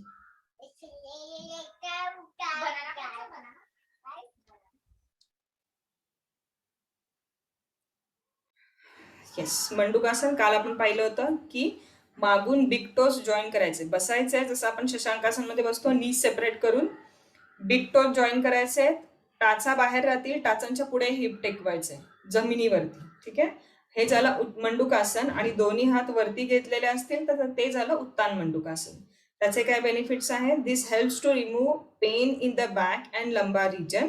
It increases the elasticity of the thighs. काल करून बघितल्यानंतर कळालं असेल की थाईज मध्ये थोडासा स्ट्रेच जाणवतो, तिथली इलास्टिसिटी वाढायला मदत होते. Thighs, heap joints and shoulders useful for arthritis and rheumatoid disorders. Arthritis म्हणजे जॉईंट पेन, जे मी सांगितलं. हे 5-6 आजार आहेत ज्यांची नावं इथे सारखी येत राहणार आहेत. ठीक आहे. त्यामुळे ती पाठ करून टाका. आणि अँड रुमॅटिक डिसऑर्डर्स. रुमॅटिक डिसऑर्डर्स म्हणजे रुमॅटॉइड आर्थरायटिस हा असा प्रकार आहे ज्याच्यामध्ये आपले सेल शरीराचे आपल्याच म्हणजे चांगल्या सेलवरती अटॅक करतात. ठीक आहे. ऑटो इम्युन डिसऑर्डर म्हणतात त्याला. ठीक आहे. आपलेच म्हणजे आपले जे WBCs आहेत त्या का असतात? फॉरेनर काही मायक्रो ऑर्गॅनिझम आले तर ते त्याच्यावर अटॅक करतात, मग आपल्याला ताप येतो आणि ते त्या फॉरेनच्या म्हणजे बाहेरून आलेल्या जे मायक्रो ऑर्गॅनिझम आहेत त्यांना खाऊन टाकतात आणि मग आपण बरे होतो. पण या डिसीज कंडिशनमध्ये ऑटो इम्युन डिसीजमध्ये काय होतं की बाहेरचे सेल्स त्यांना ओळखता येत नाही, ते आपल्या सेलवरतीच हल्ला करतात आणि म्हणून आपली इम्युनिटी कमी होते आणि ते ऑटो इम्युन डिसीज जे आहेत ते होतात. मग अशा प्रकारच्या याच्यामध्ये सुद्धा use for arthritis and rheumatoid disorders. Benefits diaphragmatic movements. Diaphragmatic movements म्हणजे डायफ्राम आठवतोय रेस्पिरेटरी डिसऑर्डर मधला, रेस्पिरेटरी सिस्टीम मधला डायफ्राम आठवतोय. चेस्ट कॅव्हिटी आणि ऍब्डोमिनल कॅव्हिटीच्या मध्ये छत्री कशी आपण ओपन केल्यानंतर जशी होती ना, तसाच डायफ्राम असतो. ओके. त्या डायफ्रामच्या वरती असते लंग्स आणि त्याच्या खाली असतात डायजेस्टिव्ह सिस्टीम.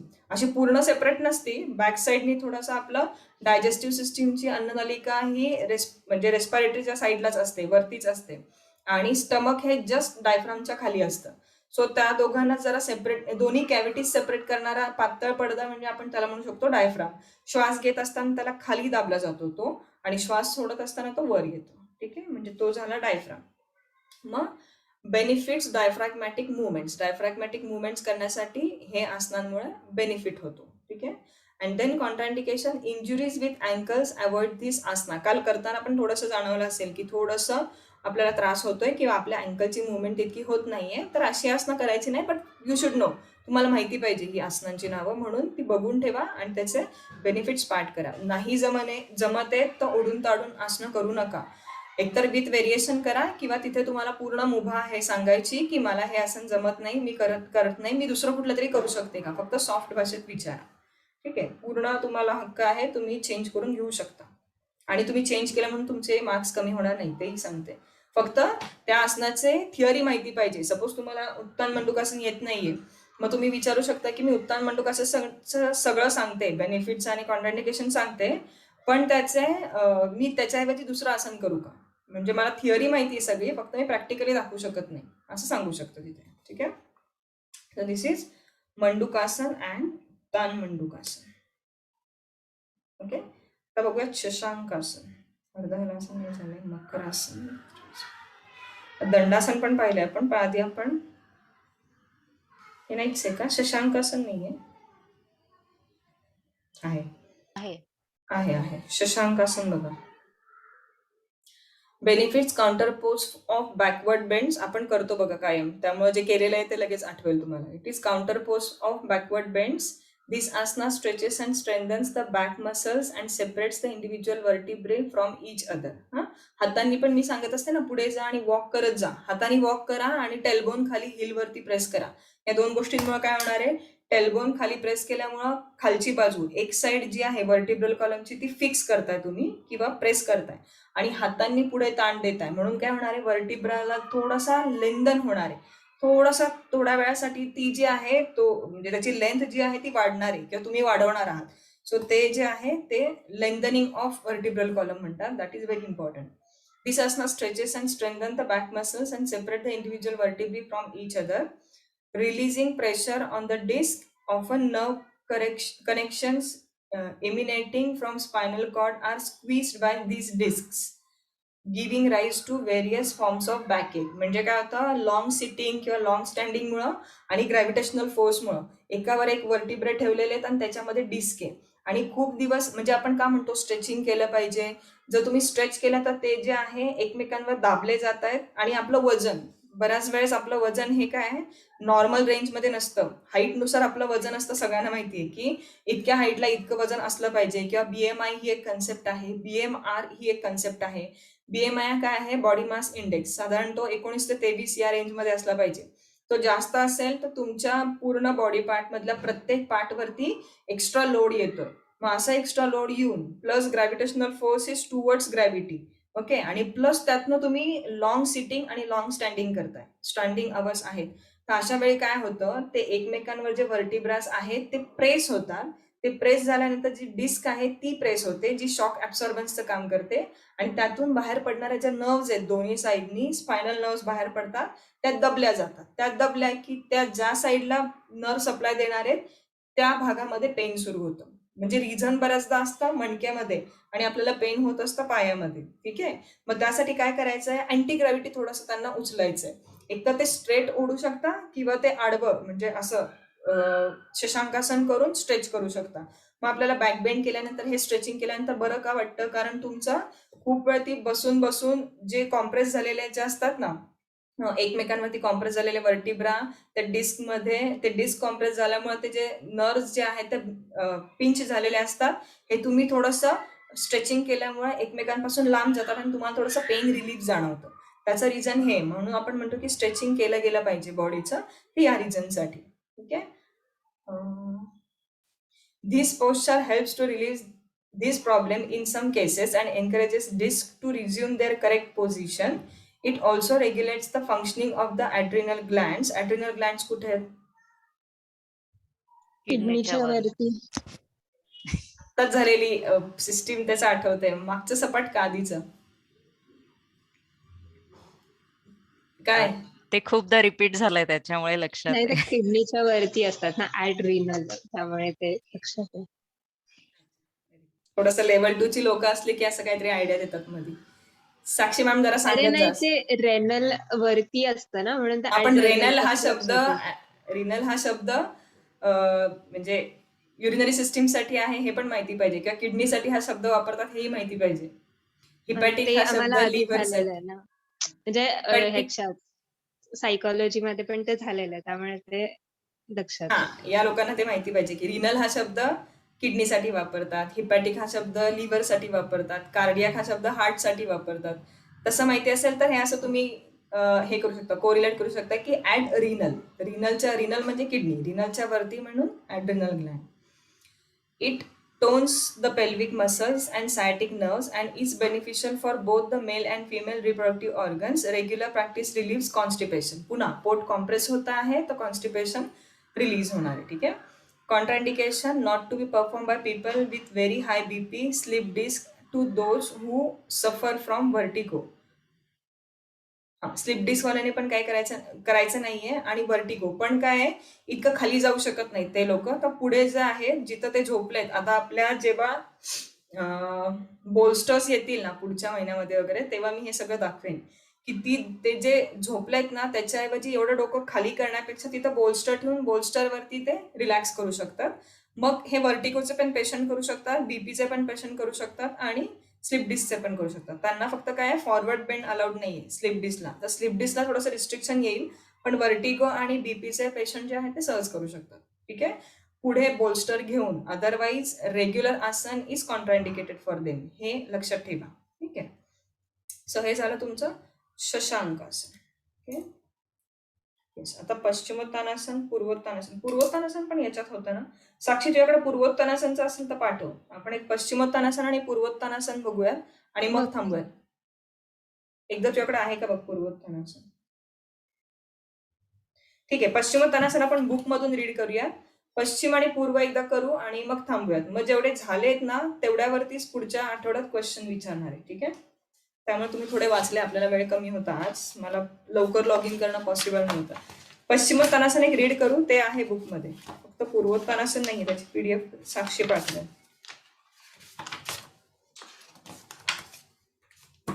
मग हा एक आहे, समोरच आहे. 232 वरती आहे बघा पश्चिमोत्तानासन. 231, पेज नंबर 231, सेकंडच आहे. ओके, ते रीड करते. Paschimottanasana, seated forward bend. Paschimottanasana is so called because Paschim refers to back and Uttana means stretching. Hence, Paschimottanasana means stretching of the back. There are many benefits of this posture. The main and most obvious one is to provide a complete stretch of entire backside of the body from the back of the head through the heels. Okay. डोक्यापासून, डोक्याच्या back side पासून मागची पूर्ण बाजू hill पर्यंत, टाचांपर्यंत ज्याला ताण बसतो, म्हणून त्याला पश्चिमोत्तानासन असं म्हणतात. आता त्याच्यामध्ये हाऊ टू परफॉर्म आपण बघणार नाही आहोत. टेक्निकली परफेक्ट कसं करायचं तुम्हाला ऑलरेडी माहिती, तुम्ही लोकांनी केलेलं आहे माझ्यासोबत प्रत्येक क्लासमध्ये आपण म्हणून. सो आता तुम्हाला माहिती की फॉरवर्ड बेंड कुठून करायचा? हिप जॉईंट मधून करायचा. पाठीतनं करायचा का फॉरवर्ड बेंड? नाही. स्पाइन मधून फॉरवर्ड बेंड करायचा नाही. हंच बॅक करायचं नाही. पाठ सरळ ठेवून मग तुम्ही 15 डिग्री जरी खाली गेला तरी चालेल, पण पाठ बेंड होत असेल आणि तुम्ही खूप खाली जाऊन दाखवत असाल तर ते रॉंग आहे. जरी तुमचे हात टेकले खाली, डोकं टेकलं, नुसतं डोकं टेकतंय आणि असं घुमटासारखी पाठ झालीये, तर त्याला पश्चिमोत्तानासन म्हणत नाही. या आसनाचे त्रास जास्त होणार बेनिफिट्स पेक्षा. ठीक आहे. So variation, beginners can keep the face between the knees while bending forward. तिथेच आहे बेनिफिटच्या वरती व्हेरिएशन, ते रीड करते. If you find it tough to do the full Paschimottanasana, perform the partial one with right leg and left hand, and right leg and right hand, and then with left leg and left hand. जानु शीर्षासन आपण करतो. काल मला सांगायचं राहिलं, जानु शीर्षासन मध्ये आपण उजवा पाय सरळ ठेवतो आणि डावा पाय जो आहे तो नी मध्ये बेंड करतो. आणि आधी एका पायाने करतो, मग उजवा पाय नी मध्ये बेंड करून डावा पाय सरळ ठेवतो. नी मध्ये बेंड करतो म्हणजे असा आडवा लावतो पाय. राईट सोल लेफ्ट थायला लावून जे आपण करतो ना, आधी एका हाताने करतो, मग म्हणजे एका पाया स्ट्रेट ठेवून करतो, मग दुसरा पाय स्ट्रेट ठेवून करतो. हे जे आहे हे प्रिपरेशन आहे पश्चिमोत्तानासनचं, आणि मग आपण मेन पश्चिमोत्तानासन करतो. ठीक आहे. सो हे जे आहे, जर विचारलं की काही लोक असतील ज्यांना पश्चिमोत्तानासन नाही येत, तर त्यांनी काय करायचं, तर त्यांनी आधी जानु शीर्षासन करायचं आणि मग पश्चिमोत्तानासन करायचं. ठीक आहे, हे उत्तर लक्षात ठेवा. याच्यात दिलेलं आहे variation. Now benefits helpful for Weight Watchers in reducing abdominal fat. Cures, reducing abdominal fat, जिथं पोट प्रेस होतं ते आसनं तुम्हाला abdominal फॅट कमी करण्याला मदत करणार आहे. Cures enlargement of the spleen and liver. हे जे आहे हा बेनिफिट ग्रंथांमध्ये दिलाय. आपण जे स्टडी करणार आहोत ना, हठयोग प्रदीपिका आणि घेरंड संहिता, त्यात पश्चिमोत्तानासन शिकवले आणि त्यात हे सांगितले की स्प्लीनची एनलार्जमेंट झालं असेल, लिव्हरचं एनलार्जमेंट. एखाद्या ऑर्गनचं एनलार्जमेंट कधी होतं? जेव्हा त्याला इन्फेक्शन झालेलं असतं. हेपटायटिस म्हणजे इन्फेक्शन ऑफ लिव्हर. मग अशा वेळी तुमची हिपॅटोमेगॅली होतं. सोनोग्राफी केलं तर लिव्हर जे आहे त्याचा साईज वाढलेला दिसतो. मग अशा वेळी विथ ट्रीटमेंट, अदर ट्रीटमेंट जर ही आसनं आपण करत असू किंवा प्रॅक्टिसमध्ये असतील, तर ते एनलार्जमेंट कमी करण्यासाठी मदत करतं. Stimulates endocrine glands, kidneys, liver and pancreas. Endocrine gland जे आहेत त्यांना स्टिम्युलेट करतात, किडनीजना स्टिम्युलेट करतात, लिव्हर आणि पॅनक्रियासना. Increases the peristalsis of the bowels. Diabetes and piles are cured and the back muscles are rendered flexible. Cured हा शब्द ग्रंथांमधला आहे. कम्प्लीट क्युअर नाही करू शकत. आपण म्हटलं की आपण डिस्क्लेमर असतो ना शेवटी, तो योगामध्ये पण लागू होतो की मोठी आजारपणे योगानी कंट्रोल करू क्युअर करू शकतो असं कुणालाही सांगू नका. विथ ॲलोपॅथी आणि विथ त्यांची जी कुठली मेडिसिन चालू आहे त्याच्यासोबत सपोर्टिव्ह थेरपी म्हणून आपण योगा देणार आहोत. आणि हळूहळू सगळे पॅथी एकत्र येऊन त्यांची मेडिसिन कमी करणं हे आपलं इंटेन्शन असणार आहे. पण आता योगाला आलात की बाकी सगळं सोडून द्या, सगळ्या गोळ्या औषधं काढून टाका, म्हणजे घेऊच नका उद्यापासून. आता योगानेच मी तुम्हाला हील करून दाखवतो. योगात ती ताकद आहे, पण सगळ्या पॉइंट ऑफ व्ह्यूनी विचार करणं गरजेचं आहे. तुमच्याकडे येणाऱ्या व्यक्तीला त्यांची जी मेडिसिन चालू आहे ती चालू ठेवत त्यांच्या डॉक्टरांशी कन्सल्ट करत तुम्ही योगाची प्रॅक्टिस द्यायची आहे. योगामध्ये आलं म्हणजे बाकी सगळं बंद करून टाका आणि फक्त योगा घ्या हे असं सांगू नका. म्हणजे रॉंग इंटरप्रिटेशन ठेवू नका लोकांसोबत. ते एक आहे. सो इथं क्युअर हा वर्ड दिलाय, पण तुम्हाला it will help in cure हा वर्ड यूज करायचा. ठीक आहे. Diabetes and piles are cured and then back muscles are rendered flexible. कारण क्युअर होण्यासाठी तसं योगिक लाईफस्टाईल मेंटेन करणं पण गरजेचं आहे, जी आताच्या लोकांकडनं रोजच्या गोष्टींमध्ये नाही होणार. आता काही रिस्ट्रिक्शन येतात आपल्याला सुद्धा, की नाईट शिफ्ट नाही करायची माहितीये पण करावी लागते. मग ती करावी लागते तर त्यासोबत येणारे त्रास पण येणार आहेत. मग आपल्याला थोडंसं ज्या आयुर्वेदात सांगितलेल्या गोष्टी आहेत त्या वेगळ्या पद्धतीने आपल्याला इम्प्लिमेंट करायला लागतात. नाईट शिफ्टच नाही करणार. आता आपल्या आयुर्वेदात सांगितलं की रात्री जागायचं नाही म्हणून मी जागणारच नाही असं होऊ शकत नाही. कामासाठी का होईना जागरण करावं लागतं. मग आपल्याला थोडंसं काय आहे ते मॅनिप्युलेट करायला लागतात गोष्टी ज्या इम्प्लिमेंट करायच्या असतात त्या.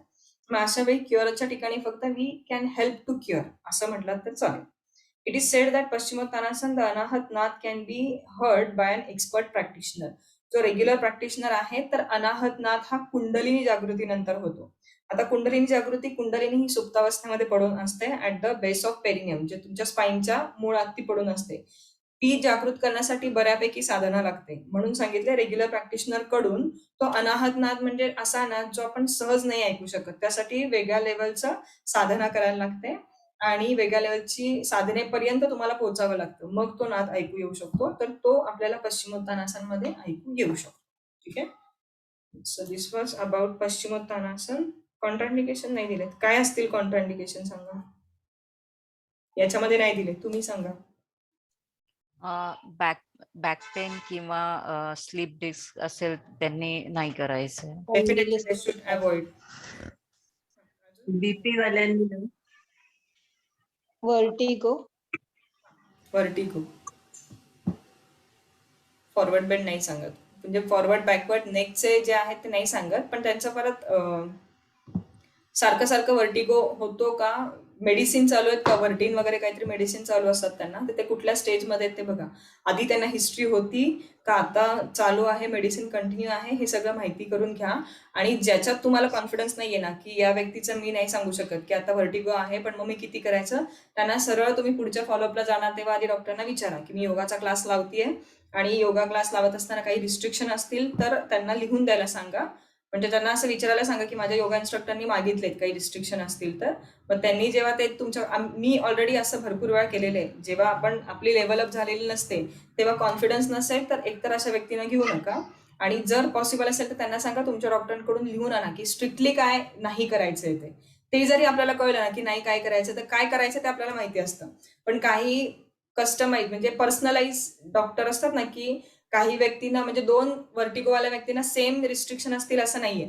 एकीला हे चालतं पण एकीला हे नाही चालत. असं असेल तर त्या डॉक्टरांकडून लिहून घेऊन या म्हणून सांगायचं. आपण आपल्याकडून सेफ राहायचं आणि मग बाकीचं फॉलो करायचं. ठीक आहे. हे एक लक्षात ठेवा इन केस नसेल माहिती तर. सो हे झालं. अजून काय असेल कॉन्ट्राइंडिकेशन. हर्नियाचे वगैरे पेशंट्स असतील. हर्निया माहिती आहे. हा. सो हर्नियाच्या पेशंट्सनी नाही करायचे. हर्नियामध्ये इंग्वायनल हर्नियामध्ये तुमचा थोडा इंटेस्टाईनचा भाग हा त्याच्या मूळ जागेवरून थोडासा खचकतो, बाहेर येतो. ओके. मग तो जो आहे तिथे साधारण तुम्ही कुठली आसनं आवर्जून नाही करू शकत. उष्ट्रासन केलं म्हणजे जी आसनं पोटाला ताण देणारी आहेत, उष्ट्रासन आहे, धनुरासन आहे, अशा आसनांमध्ये साधं भुजंगासन पण आहे. अशा आसनांमध्ये त्याच्यावरती पोटावर ताण येऊन ते पुन्हा हर्निया बाहेर येऊ शकतो. म्हणून ती आपण त्या लोकांना देऊ शकत नाही. म्हणून त्यांनी कुठलीच आसनं करायची नाही का, तर तसंही नाहीये. विथ केअर कोरचे एक्सरसाइज तुम्ही देऊ शकता नीज बेंड ठेवून. पण हे सगळं पुढचं झालं. जनरली बेसिक लेवलला लक्षात ठेवा की नाहीच द्यायचं त्यांना काही. ठीक आहे. मग विथ रिस्ट्रिक्शन काय देऊ शकते, विथ व्हेरिएशन काय देऊ शकता, हा पुढचा पार्ट झाला. सो अशा लोकांनी पण हे पश्चिमोत्तानासन नाही करायचंय. लोअर बॅक पेन असणाऱ्या लोकांनी नाही करायचंय पश्चिमोत्तानासन. ठीक आहे. फॉरवर्ड बेंडिंगचे आसनं नाहीच करायचे. अजून काय काय सांगितलं, व्हर्टिगो सांगितलं. ठीक आहे. ठीक आहे. म्हणजे तुम्हाला आयडिया आली की कुठल्या आसनं कशा प्रकारच्या लोकांना नाही म्हणून सांगायचे.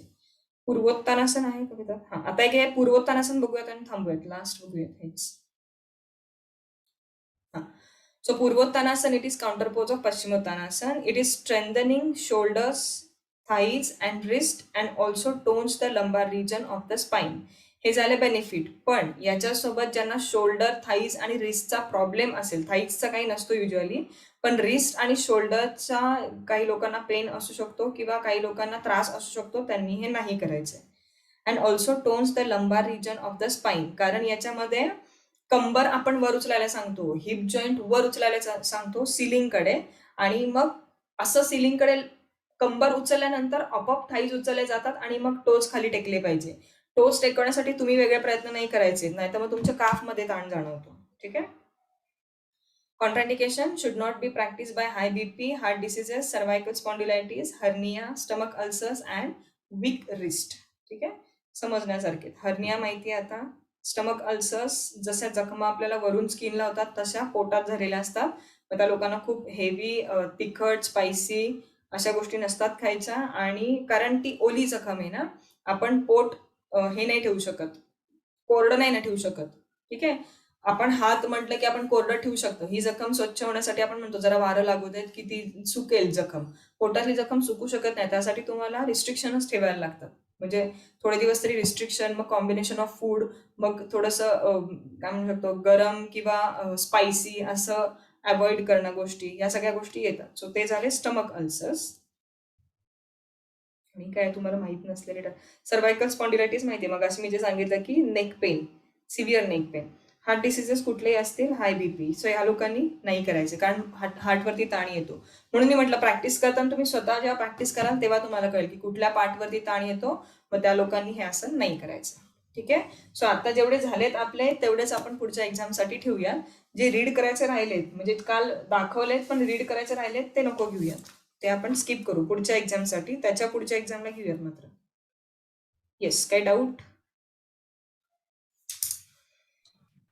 अनुलोम शीतल.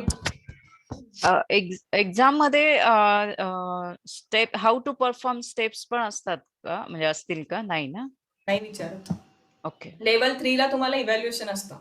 म्हणजे मी सांगेन लेवल 3 ला, आता नाही की योगिता प्राजक्ताचं डेमॉन्स्ट्रेशन घे, मग तू तिला सांगशील की कसं डेमॉन्स्ट्रेशन घ्यायचं, असं असतं. किंवा काही काही एक्झामला काय सांगतात की प्राजक्ता तू एक आसन कर आणि आता योगिता तू त्याला इव्हॅल्युएट कर की तिने बरोबर केलं का, मग नसेल केलं तर तू सांग काय चुकीचं केलं ते, मग तू तिला किती मार्क्स देशील 10 पैकी, असं असतं इव्हॅल्युएटर. सो ते टीचर आणि इव्हॅल्युएटरची पोज आहे ना, त्यामुळे मग पोस्ट, त्यामध्ये तुम्ही इव्हॅल्युएशन पण करता आलं पाहिजे, हे इम्पॉर्टंट आहे. ठीक आहे.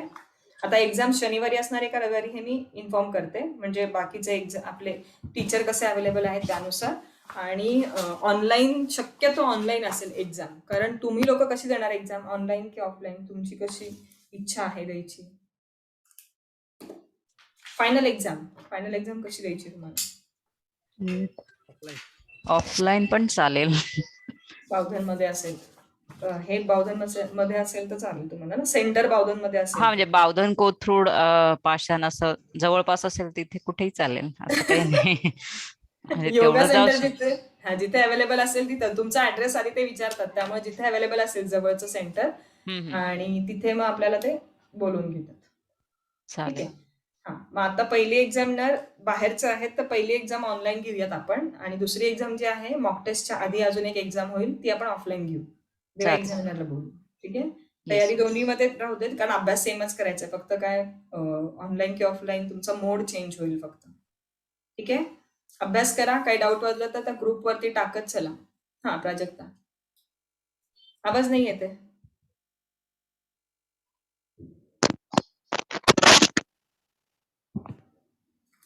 हा बोल. एक्झाम आपली सॅटर्डेलाच आहे ना येत्या? सॅटर्डे किंवा संडेला असेल. एक्झामिनर जसे अवेलेबल असतील तसे दोन्हीपैकी एका दिवशी. एका व्यक्तीला 15 मिनिटं लागतात असं धरून चला, एका व्यक्तीचं. आता समजा मी तिघांना एकत्र घेतलं तर एकीला एक करायला सांगेन, दुसरीला दुसरं करायला सांगेन, इव्हॅल्युएट मी करू, म्हणजे ते करतात इव्हॅल्युएट ऍट अ टाइम, तिघांना किंवा चौघांना, पण त्यांच्या अवेलेबिलिटीनुसार आहे. साधारण 1 ते 1.5 तास लागणार सगळ्यांच्या एक्झाम व्हायला, आणि सगळ्यांनी अपिअर करा एक्झामसाठी. मग ऑनलाईन एक्झाम, प्रॅक्टिकल पण ऑनलाईनच असेल का? प्रॅक्टिकल पण ऑनलाईन, आणि थिअरीचा लिंक पाठवली जाईल, आणि इथेच समोर बसायचंय, असंच बसायचं तुम्ही जसे बसलात तसं. थिअरीचा पेपर म्हणजे तुम्हाला पाठवला जाईल, आणि तुमच्या लॅपटॉपवरती तुम्ही सॉल्व्ह करून तो पाठवा, लगेच मेल करा. कुणाला मेल करायचा ते पण सबमिट केला की तो डायरेक्ट मेल होतो आम्हाला. It will be kind of Google form. Google form. ठीक आहे. प्रॅक्टिकल ऑनलाईन कसं जमेल बघते. सेम सेम सेम सेम आहे प्रॅक्टिकल ऑनलाईन. म्हणजे तुम्हाला तुमची मॅट अख्खी दिसली पाहिजे आणि तुमचं हे चेक करायचं. म्हणजे वायफायचं कनेक्शन वगैरे चेक करा. हॉरिझॉन्टल तुमची अख्खी मॅट दिसली पाहिजे आणि तुम्ही कॉर्ड्स घातले पाहिजे कानामध्ये. म्हणजे तुमचा व्हॉइस क्लिअर पाहिजे त्यांना.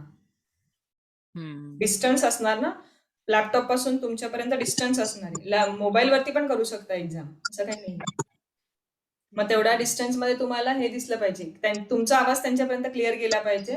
इन्स्ट्रक्शन याच असणार आहे की सुरुवातीला तुम्ही प्रेयर म्हणा, मग प्रेयरचे थोडेसे क्वेश्चन्स असतील, मग एक सूर्यनमस्कार किंवा 2 सूर्यनमस्कार करून दाखवा, मग सूर्यनमस्कारांचे थोडे क्वेश्चन, मग आसन करून दाखवा, आसनांचे थोडे क्वेश्चन्स. आता अजून आपण प्राणायामला हात नाही लावला, त्यामुळे प्राणायामवरती क्वेश्चन नाही येणार. हेच, आणि मग पतंजलींचा एखादा टॉपिक विचारतील की एक्सप्लेन करा, ते एक्सप्लेन करा. मग योगाचे डेफिनेशन एक्सप्लेन करा. पंचकोश आहेत आपले झालेले, अंतःकरण चतुस्तया झालेले आहेत. सो क्वेश्चन मी टाकलेत, काल राहिलेले होते ते सगळे क्वेश्चन पण पाठ करा, प्रॅक्टिकलचं पण पाठ करा आणि थिअरीचं पण पाठ करा. ठीक आहे. ऑलमोस्ट प्रॅक्टिकल ऑफलाईन नाही पॉसिबल होणार का? आपण सेकंड एक्झाम ऑफलाईन घेऊयात. आताचे एक्झामिनर पुण्यातले नाही आहेत, अच्छा, त्यामुळे ओके. ऑफलाईन नाही.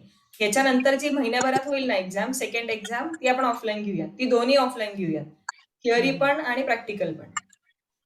ओके. ठीक आहे. हा, काही इश्यू नाही आहेत, काही प्रॉब्लेम नाही आहेत. ठीक आहे. ठीक आहे, एवढा काही नाही इश्यू. कारण काही क्वेश्चन विचारतील, तुमच्या आन्सरवरती पुढचा क्वेश्चन तयार असतो. त्यांचे ठरलेले क्वेश्चन तर असतात, पण ते जज कसेही करू शकतात. म्हणजे माझाच अनुभव मी सांगितलं की नाही माहित नाही. सूर्यनमस्कारांचे बेनिफिट विचारले होते त्यांनी, तर मी सांगितलं होतं इट रिड्युसेस ॲब्डॉमिनल फॅट्स किंवा विजरल फॅट्स. मग त्यांनी म्हणले होते की विजरल फॅट म्हणजे काय, मग किती टाईप ऑफ फॅट आहेत बॉडीमध्ये. मग तुमच्या क्वेश्चनवरती, आन्सरवरती पुढचा क्वेश्चन असतो. मग तुमच्या अनाटॉमीसाठी त्यांनी टिपिकलच क्वेश्चन विचारले पाहिजे की explain me this system, explain me that system, असं नाहीये. तुमच्या आन्सरवरती पुढचा क्वेश्चन तयार असतो त्यांचा. त्यामुळे त्याला काही असं रिस्ट्रिक्शन नाहीये किंवा ठरलेलं नाहीये. त्या गोष्टी ते व्यवस्थित जज करतात जे एक्झामिनर असतात. त्यांच्या पण एक्झाम्स असतात, एक्झामिनर कसं व्हायचं त्याचं. त्यामुळे ते व्यवस्थित ट्रेंड असतात त्यामध्ये. आपल्याला कन्फ्युज कसं करायचं हे त्यांना माहिती असतं. ठीक आहे. अवघड वाटतंय. काय? अवघड वाटतंय म्हटलं सगळं ऐकून. अवघड नाहीये, मजा येते उलट. आपण जरा स्वतःला जे आपण स्ट्रेस पण थोडासा, म्हणजे खूप वर्ष, तुम्हाला तर खूप वर्ष झाले असेल एखाद्या एक्झाम मधून ते गेले असेल, खूप झाले मजा ते म्हणून बघा, मजा म्हणून बघा. मध्ये अजिबात. ते आपल्याला लिटरली आपलं, म्हणजे माझंही प्रत्येकाचं आपल्या एक्झामच्या वेळेस तसं होतं. थोडंसं ततापापा झाल्यानंतर ते म्हणतात आधी ओमकार म्हण 2-3, म्हणजे तुझे तूच म्हण. म्हणजे ते वेळ देतात आपल्याला व्यवस्थित, इतके वाईट नसतात. थोडा वेळ देतात आणि थोडं ओमकार म्हण, थोडी शांत हो. मग आपण पण म्हणू शकतो सर मी 1-2 मिनिटं वेळ घेऊ शकते का? अरे हो हो घे, व्यवस्थित वेळ घे. मग ते एक्झामिनर असेच असतात ना सरांसारखे. पण मग तेच आहे की बेसिक जितकं तुम्हाला माहिती असलं पाहिजे ना, तितकं असेल माहिती तर ते सोडतात. पण अगदीच आम्ही सूर्यनमस्कार माहित नाही आणि त्यातले पोजेस माहित नाही. आता पुण्या मुंबईमध्ये क्लासेस असे चालतात की बऱ्यापैकी लोकांना असतं नॉलेज. थोडे जे रिमोट प्लेसेस मधले आहेत ना, त्यांना सिलेबस कॉपीमध्ये काय आहे तेही माहित नसतं. आपण काय करतो, थोडं शिकून झाल्यानंतर सिलेबस कॉपी तुम्हाला मी रीड करायला सांगत असते की हा आपला सिलेबस आहे. बऱ्याच जणांना सिलेबस कॉपीमध्ये काय आहे, सूक्ष्म व्यायामच माहित नाही. असं म्हटल्यानंतर मग ते कसे एक्झामिनर तुम्हाला कोऑपरेट करणार. सिलेबस कॉपीचा एक भाग आहे सूक्ष्म व्यायाम, आणि सूक्ष्म व्यायाम म्हणजे काय किंवा सूक्ष्म व्यायाम काय आहे हेच माहित नाही असं जर तुम्ही म्हणालात, तर मग ते कॉपरेट नाही करणार ना. मग ते म्हणजे तरी पण ते प्रयत्न करतात की पास करण्यासाठी तुम्हाला वेगळं काहीतरी विचारू का एक्झाम, म्हणजे दुसरा एखाद्या टॉपिकचा डीप नॉलेज असेल तर सूक्ष्म व्यायामचा बाबा थोडा रीड कर आणि मग मला सांग, मग बघू तुला जमतंय का, किंवा तुला आता आठवत नसेल थोड्या वेळाने आठवेल. पण त्यांना शिकवलेलेच नसतात सूक्ष्म व्यायाम. मग कसं चालेल ना. सूक्ष्म व्यायाम का आपल्या सिलेबस कॉपीमध्ये दिलाय, कारण तेवढं त्याचं महत्व आहे. मी तुम्हाला म्हटलं पण की इंदिरा गांधींना त्यांनी स्वतःनी गाईड केलं होतं, जे कार्तिकेयजी महाराज होते. तर ती एक युट्यूबवरती एक तो व्हिडिओ बघा, नसेल तर मी लिंक पाठवते. मग असा जर तुम्ही अभ्यास केला तर तुम्हाला फायदा होणार आहे त्याचा. आणि मग ते एक्झामिनरला पण कळतं की यांचा अभ्यास व्यवस्थित झालेला आहे, आत्ता त्यांना सांगता येत नाहीये, असं हे त्यांना समजतं व्यवस्थित तुमच्या इंटरॅक्शन वरून. मग त्यामुळे ते देतात मार्क्स व्यवस्थित. अवघड नाहीये. आणि कॉन्फिडन्स ठेवा. सहज जसं माझ्याशी बोलताय तसंच त्यांच्याशी बोला. त्यांना तेच आवडतं. त्यांना खूप असं घाबरून गेलेलं नाही आवडत. कारण आपल्याला योगामध्ये काम राहायचंय ना, शांत राहायचंय. जे होईल ते होईल. आपण कर्म करायची, फळांची अपेक्षा नाही करायची. तर ऍक्च्युअली याच भाषेत ते सांगतात की कुठेतरी कर्म कमी पडले असं विचार करायचा. आणि या सगळ्या साध्या एक्झाम आहे ना, मॉक टेस्ट पर्यंत तर साध्या एक्झाम आहे, फायनल एक्झाम्स नाहीयेत या. त्यामुळे मग तो कॉन्फिडन्स गेन होतो फायनल एक्झाम पर्यंत. म्हणून तर आपण एक्झाम थ्रू घालवतोय तुम्हाला, की द्या एक्झाम द्या एक्झाम द्या एक्झाम द्या. त्याच्याने पण प्रिपरेशन वेगळं होतं. नुसतं अभ्यास करून पण प्रिपरेशन होत नाही, एक्झाम देऊन जे प्रिपरेशन होतं. मला जास्ती सोपं पडेल काय म्हणता? एक्सपिरियन्स येत गेला की फायनल साठी तयारी मग होते. सोपं पडेल. बरोबर. हा पहिलाच एक्सपिरियन्स आहे ना आणि तुमचा. येस. मग काही नाही, कॉन्फिडेंटली आन्सर करा. काही जितकं तुम्हाला आता वाटतंय तेवढं अवघड नाहीये. एकदा दिल्यानंतर कळेल तुम्हाला, अवघड नाहीये ते. अजून दिली नाहीये ना एक्झाम, त्यामुळे कळत नाहीये तुम्हाला. ठीक आहे. आणि मग सगळ्या आता जी आपण मॉक टेस्ट घेणार आहोत तर फक्त लेवल 1 चीच असेल का मिक्स असेल लेवल 1, 2? ही लेवल 1+2 या मॅमची, ओके. ज्या मॅमची लेवल 1 लेवलची असेल, हम्म. तुमच्या सगळ्यांची लेवल 2 ची आहे. ओके. लेवल 2 ची असेल म्हणजे त्या टाईपचे क्वेश्चन विचारणार वायवा मध्ये पण आणि थिअरीमध्ये पण. ओके. या. इतके डिफिकल्ट असेल. मी एकटीच होतो लेवल 1 ची. लेवल 1 च्या एकट्याचा. ओके ओके, ठीक आहे ठीक आहे. पण सगळ्यात जास्त अभ्यास मॅमनेच केला असेल. नाही, महेश जे गप्प बसतात ते जास्त अभ्यास करतात. एक्झॅक्टली मला महेश ते आहेत ना, महेश बोलत नाहीत काय, म्हणजे महेशचा अभ्यास झालाय सगळं. झाला नाही म्हणून गप्प आहे मी. ऐकतो. नाही, एन्जॉय करत करा, याच्यात काही असं हे नाहीये. थोडस फेस करा या गोष्टी. फेस केल्यानंतर बरोबर, काही गोष्टी फक्त फेस केल्यानंतर पण प्रॉब्लेम सॉल्व्ह. हा, नाही, एक एक्झाम आल्यावर येईल अंदाज म्हणजे कुठे कमी पडतं ते. म्हणजे याला एका एक्झामचा एक्सपिरियन्स आहे ऍक्च्युली कुणाला? या सगळ्यांना. नाही नाही First नाही नाही नाही, नो, नाही. वी आर डुइंग त्यांनी इट लेवल 1+2 पॅरलली. ला हा. ऍडमिशन घेतलीये. हो, 1+2 ते देताना एक्झाम. आता मी प्रिपरेशन वरती सांगेन की कोणी डायरेक्ट लेवल 2 द्या किंवा कोणी आधी लेवल 1 द्या आणि मग लेवल 2 द्या. हे प्रिपरेशन नंतर सांगेन मी, ओके. मला अंदाज येईल तेव्हा मॉक टेस्ट पर्यंत. ठीक आहे. डायरेक्ट लेवल 3 पण देऊ शकता, लेवल 4 पण देऊ शकता, पण थोडंसं प्रिपरेशननी गेलो की मग सोपं जातं. आणि फील्ड एक्सपिरियन्स असतो लेवल 2 ला. मग तिथं जर लेवल 1 आधी दिलेली असेल तर चांगले मार्क्स मिळतात, स्कोर चांगला मिळतो. म्हणून मग स्टेप बाय स्टेप गेलेलं चांगलं. बरं. यांची पण पहिलीच असणार एक्झाम. ठीक आहे. अच्छा. ओके, चल. थँक्यू. संडे, हॅपी संडे, पण अभ्यास करा. Yes. Thank you. Okay, Bye. Bye.